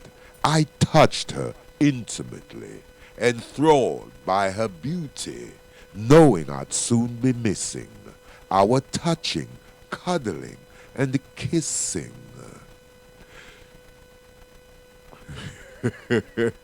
Hold on, we're coming again. Although we were just children, we knew we were more than just friends, and that loving feeling would never end. So here I am. My God, I've got a mental block here. Right. Yes. Although we were children, we knew we were more than just friends, and that loving feeling would never end. Now here I am, all alone like this. God, I don't remember the ending of this poem. I beg your pardon. Forgive me, brothers and sisters. All right, then. So, Tamara, the question I asked Clive earlier on, right? What do you think is the solution? What do you think is the way forward? We're just reasoning still, you know what I mean? So, What did you say? Could you repeat that? no, we think it's the way forward or the solution in terms of where we are now, in terms of the gun and knife crime and, you know, mental health and politics. You know, what do you think we should be doing right now? Well, we ought to be talking to the youths and talking honestly to them. We need to find out how they feel about things, and we need to know what they're thinking, how they're feeling, what their aspirations are, what they think is the way forward. We have to ask them, we have to ask them because the solution is in our youths. We have to ask them to guide us, tell us what do they need so we can help to provide their needs, support their needs in order to resolve this problem. And it has to be with honesty. There's no other way about it. As a matter of fact, it begins at home. There's a lot of parents who are afraid of their children. They need to talk to their children. They need to be responsible. If you're going to be afraid of your children and just watch the knives go missing and don't say nothing, you know that they're selling crack cocaine and you're not saying nothing, all these things, they're coming in with new trainers every week or every couple weeks, and these trainers are a couple £100 a time, even £100 a time, and where they getting the money from? We have to challenge, these things. We have to confront them. We have to talk to them. We have to reason with them, like mother and son or like father and daughter. We really with love. We have to do it with love. We have to do it with humility. We have to do it with honesty, with care, with kindness, with patience, because we live in a world where everything is instant gratification, instant coffee, instant mashed potato, take a pill and your headache is gone instantly. So no one wants to sort of plant a seed and let it grow, but we need to plant the seeds of positivity, seeds of love, seeds of light, seeds of beauty in our children, seeds of encouragement, seeds of inspiration, seeds of charity, seeds of forgiveness, all that sort of thing, and tolerance in our children, seeds of open-mindedness, seeds of willingness, and readiness, to change, to do the right thing, because really it's not going to happen without that. And foremost and most of all, we all need to be honest with ourselves. And if we as adults are honest with ourselves, to our own self be true, then our children will follow suit, and to their own selves they'll also be true. Right. Okay then. All right then. So again, we have my brethren, Clive, and as I said, my bona fide brethren, and also we have Tamara inside the house, you know. And Clive, you know, what I mean, we want to leave the final word with you right now. And but first, how you feeling, man? You know, since you come off from Jamaica, you look very joyful, man. Well, winter comes, so I'm missing yard again. You Yeah. know?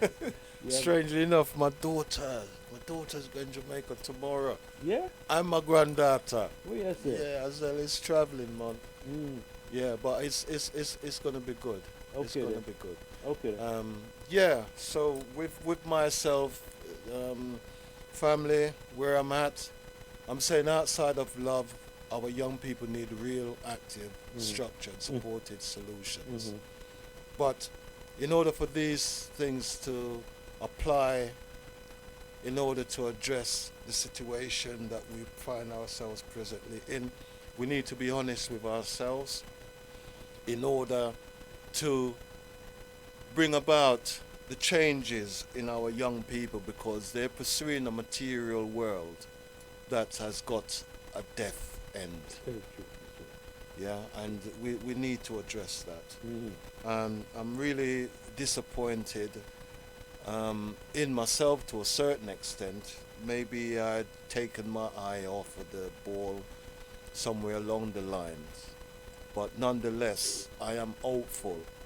And I'm saying that I've been recently buried a young man again up in Edmonton only, was it 2-3 weeks back.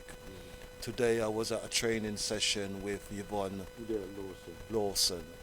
So I'm encouraged. I'm in the studio with my fellow brothers, and what it is I can see is being aware and being honest with each other, because in most cases it's not even money. I can take myself back to Jamaica as a young man.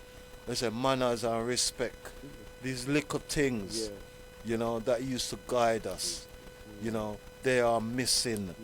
Yeah, we could go out a road tomorrow and embrace each other, and all the knives and guns were made redundant. So we need to find some love in our hearts. Well said. Yeah, in order to deal with our extended family, because we are a community and we need a global village. Okay then. Well, Clive, this is your life. I'm gonna shake your hand on this. You remember the program, This Is Your Life? This was, well, the journey continues. And long may it continue. Continue, yeah? I salute you, and I salute you also, Yeah. my brother, All right, in the studio. Yeah. And I will take that away, even though I know myself, I put it up on the site today. Know thyself. Know thyself. See it. Know All right thyself. then. So Tamara, let people know about your website, or we have to. Yes, you can find us on FromRehabToLife.com, from Rehab to Life Foundation, and all donations are gratefully received, because we need your support in order to pay for counselors and pay for therapists, and also to pay for the workshops and all the sort of things we need to put in place, you know, even for the lawyers and so on, you know, so that we can help our youths. And not only our youths, but also the elders as well, you know, because they also need help. Also, we have to work together. But the youths are our future, and so therefore prevention is better than cure. And so we need to get to the youths as soon as possible, wake them up, you know, help them to straighten up and not think about getting rich overnight, but to plant a seed and let it grow so they can walk the streets without fear of each other, and have and be delighted in their achievements, you know, as an individual and as a member of our community.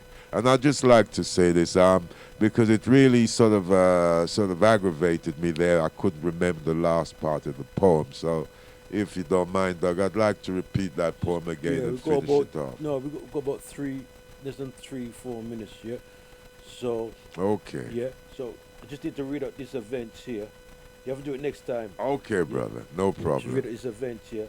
And the truth about mental health, and it's happening tomorrow, the 15th, and the time from 6 p.m. to 9 p.m.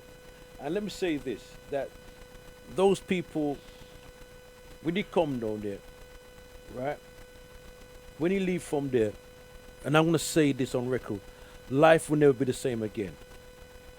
Life will never be the same again, because when we have people like Dermot, you know, Kinso we heard earlier on, we have Tamara, right, and we have Eche, right, those 4 people, when they start sharing their stories, what they've been through, right, and you know, it's going to be amazing. Trust me upon it, it's going to be amazing. And I'm really looking forward to this. And we're going to ask some questions, you know, why do so many black men find it difficult to discuss their problems? See? Right? That'll be part of the agenda. Part of the agenda. But it'll be some question we're going to bring to the table. But we're going to bring it up with honesty and love. You know, and it's not about who's right or wrong. But we need to talk. We need to bring something onto the table. You know, the seriousness of it, and Tamara's right here, and Tamara can correct me, right? The amount of men who've committed suicide over the last 2 years, it's just amazing. It's an epidemic. It's an epidemic. And very young men at Very that, young men. and older ones too. Yeah. It's amazing. And not only men, women too, actually. Yeah. Young men and women, yes, it's horrendous. It's horrendous, right? So I just want to bring this to an end now, right? And just want to give thanks and praise to the Most High. Give thanks for life. Give thanks for ancestors, our parents for their sacrifice.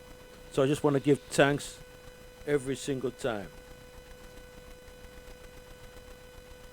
And don't forget tomorrow at Dalston, I didn't mention the flipping address, 2430 Dalston Lane, and it's just next door to the CLR James Library.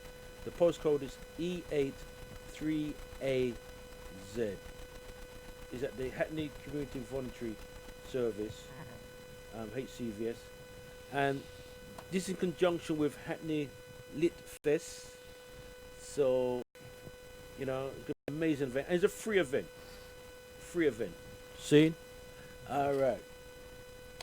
So you recommend man to have experienced a psychotic disorder in the last year. I think for me, exercise and physical activity was a big part of my recovery. Eshe Ekbonu has bipolar disorder. He's 27, and 3 years ago, his mental health reached crisis point. There were certain things that I was doing that were erratic in terms of my behavior and very impulsive. So every emotion I'm feeling is heightened. So when I'm happy, I'm euphoric. When I'm angry or I feel that I've been aggrieved, then there's this type of energy that's bubbling up that needs to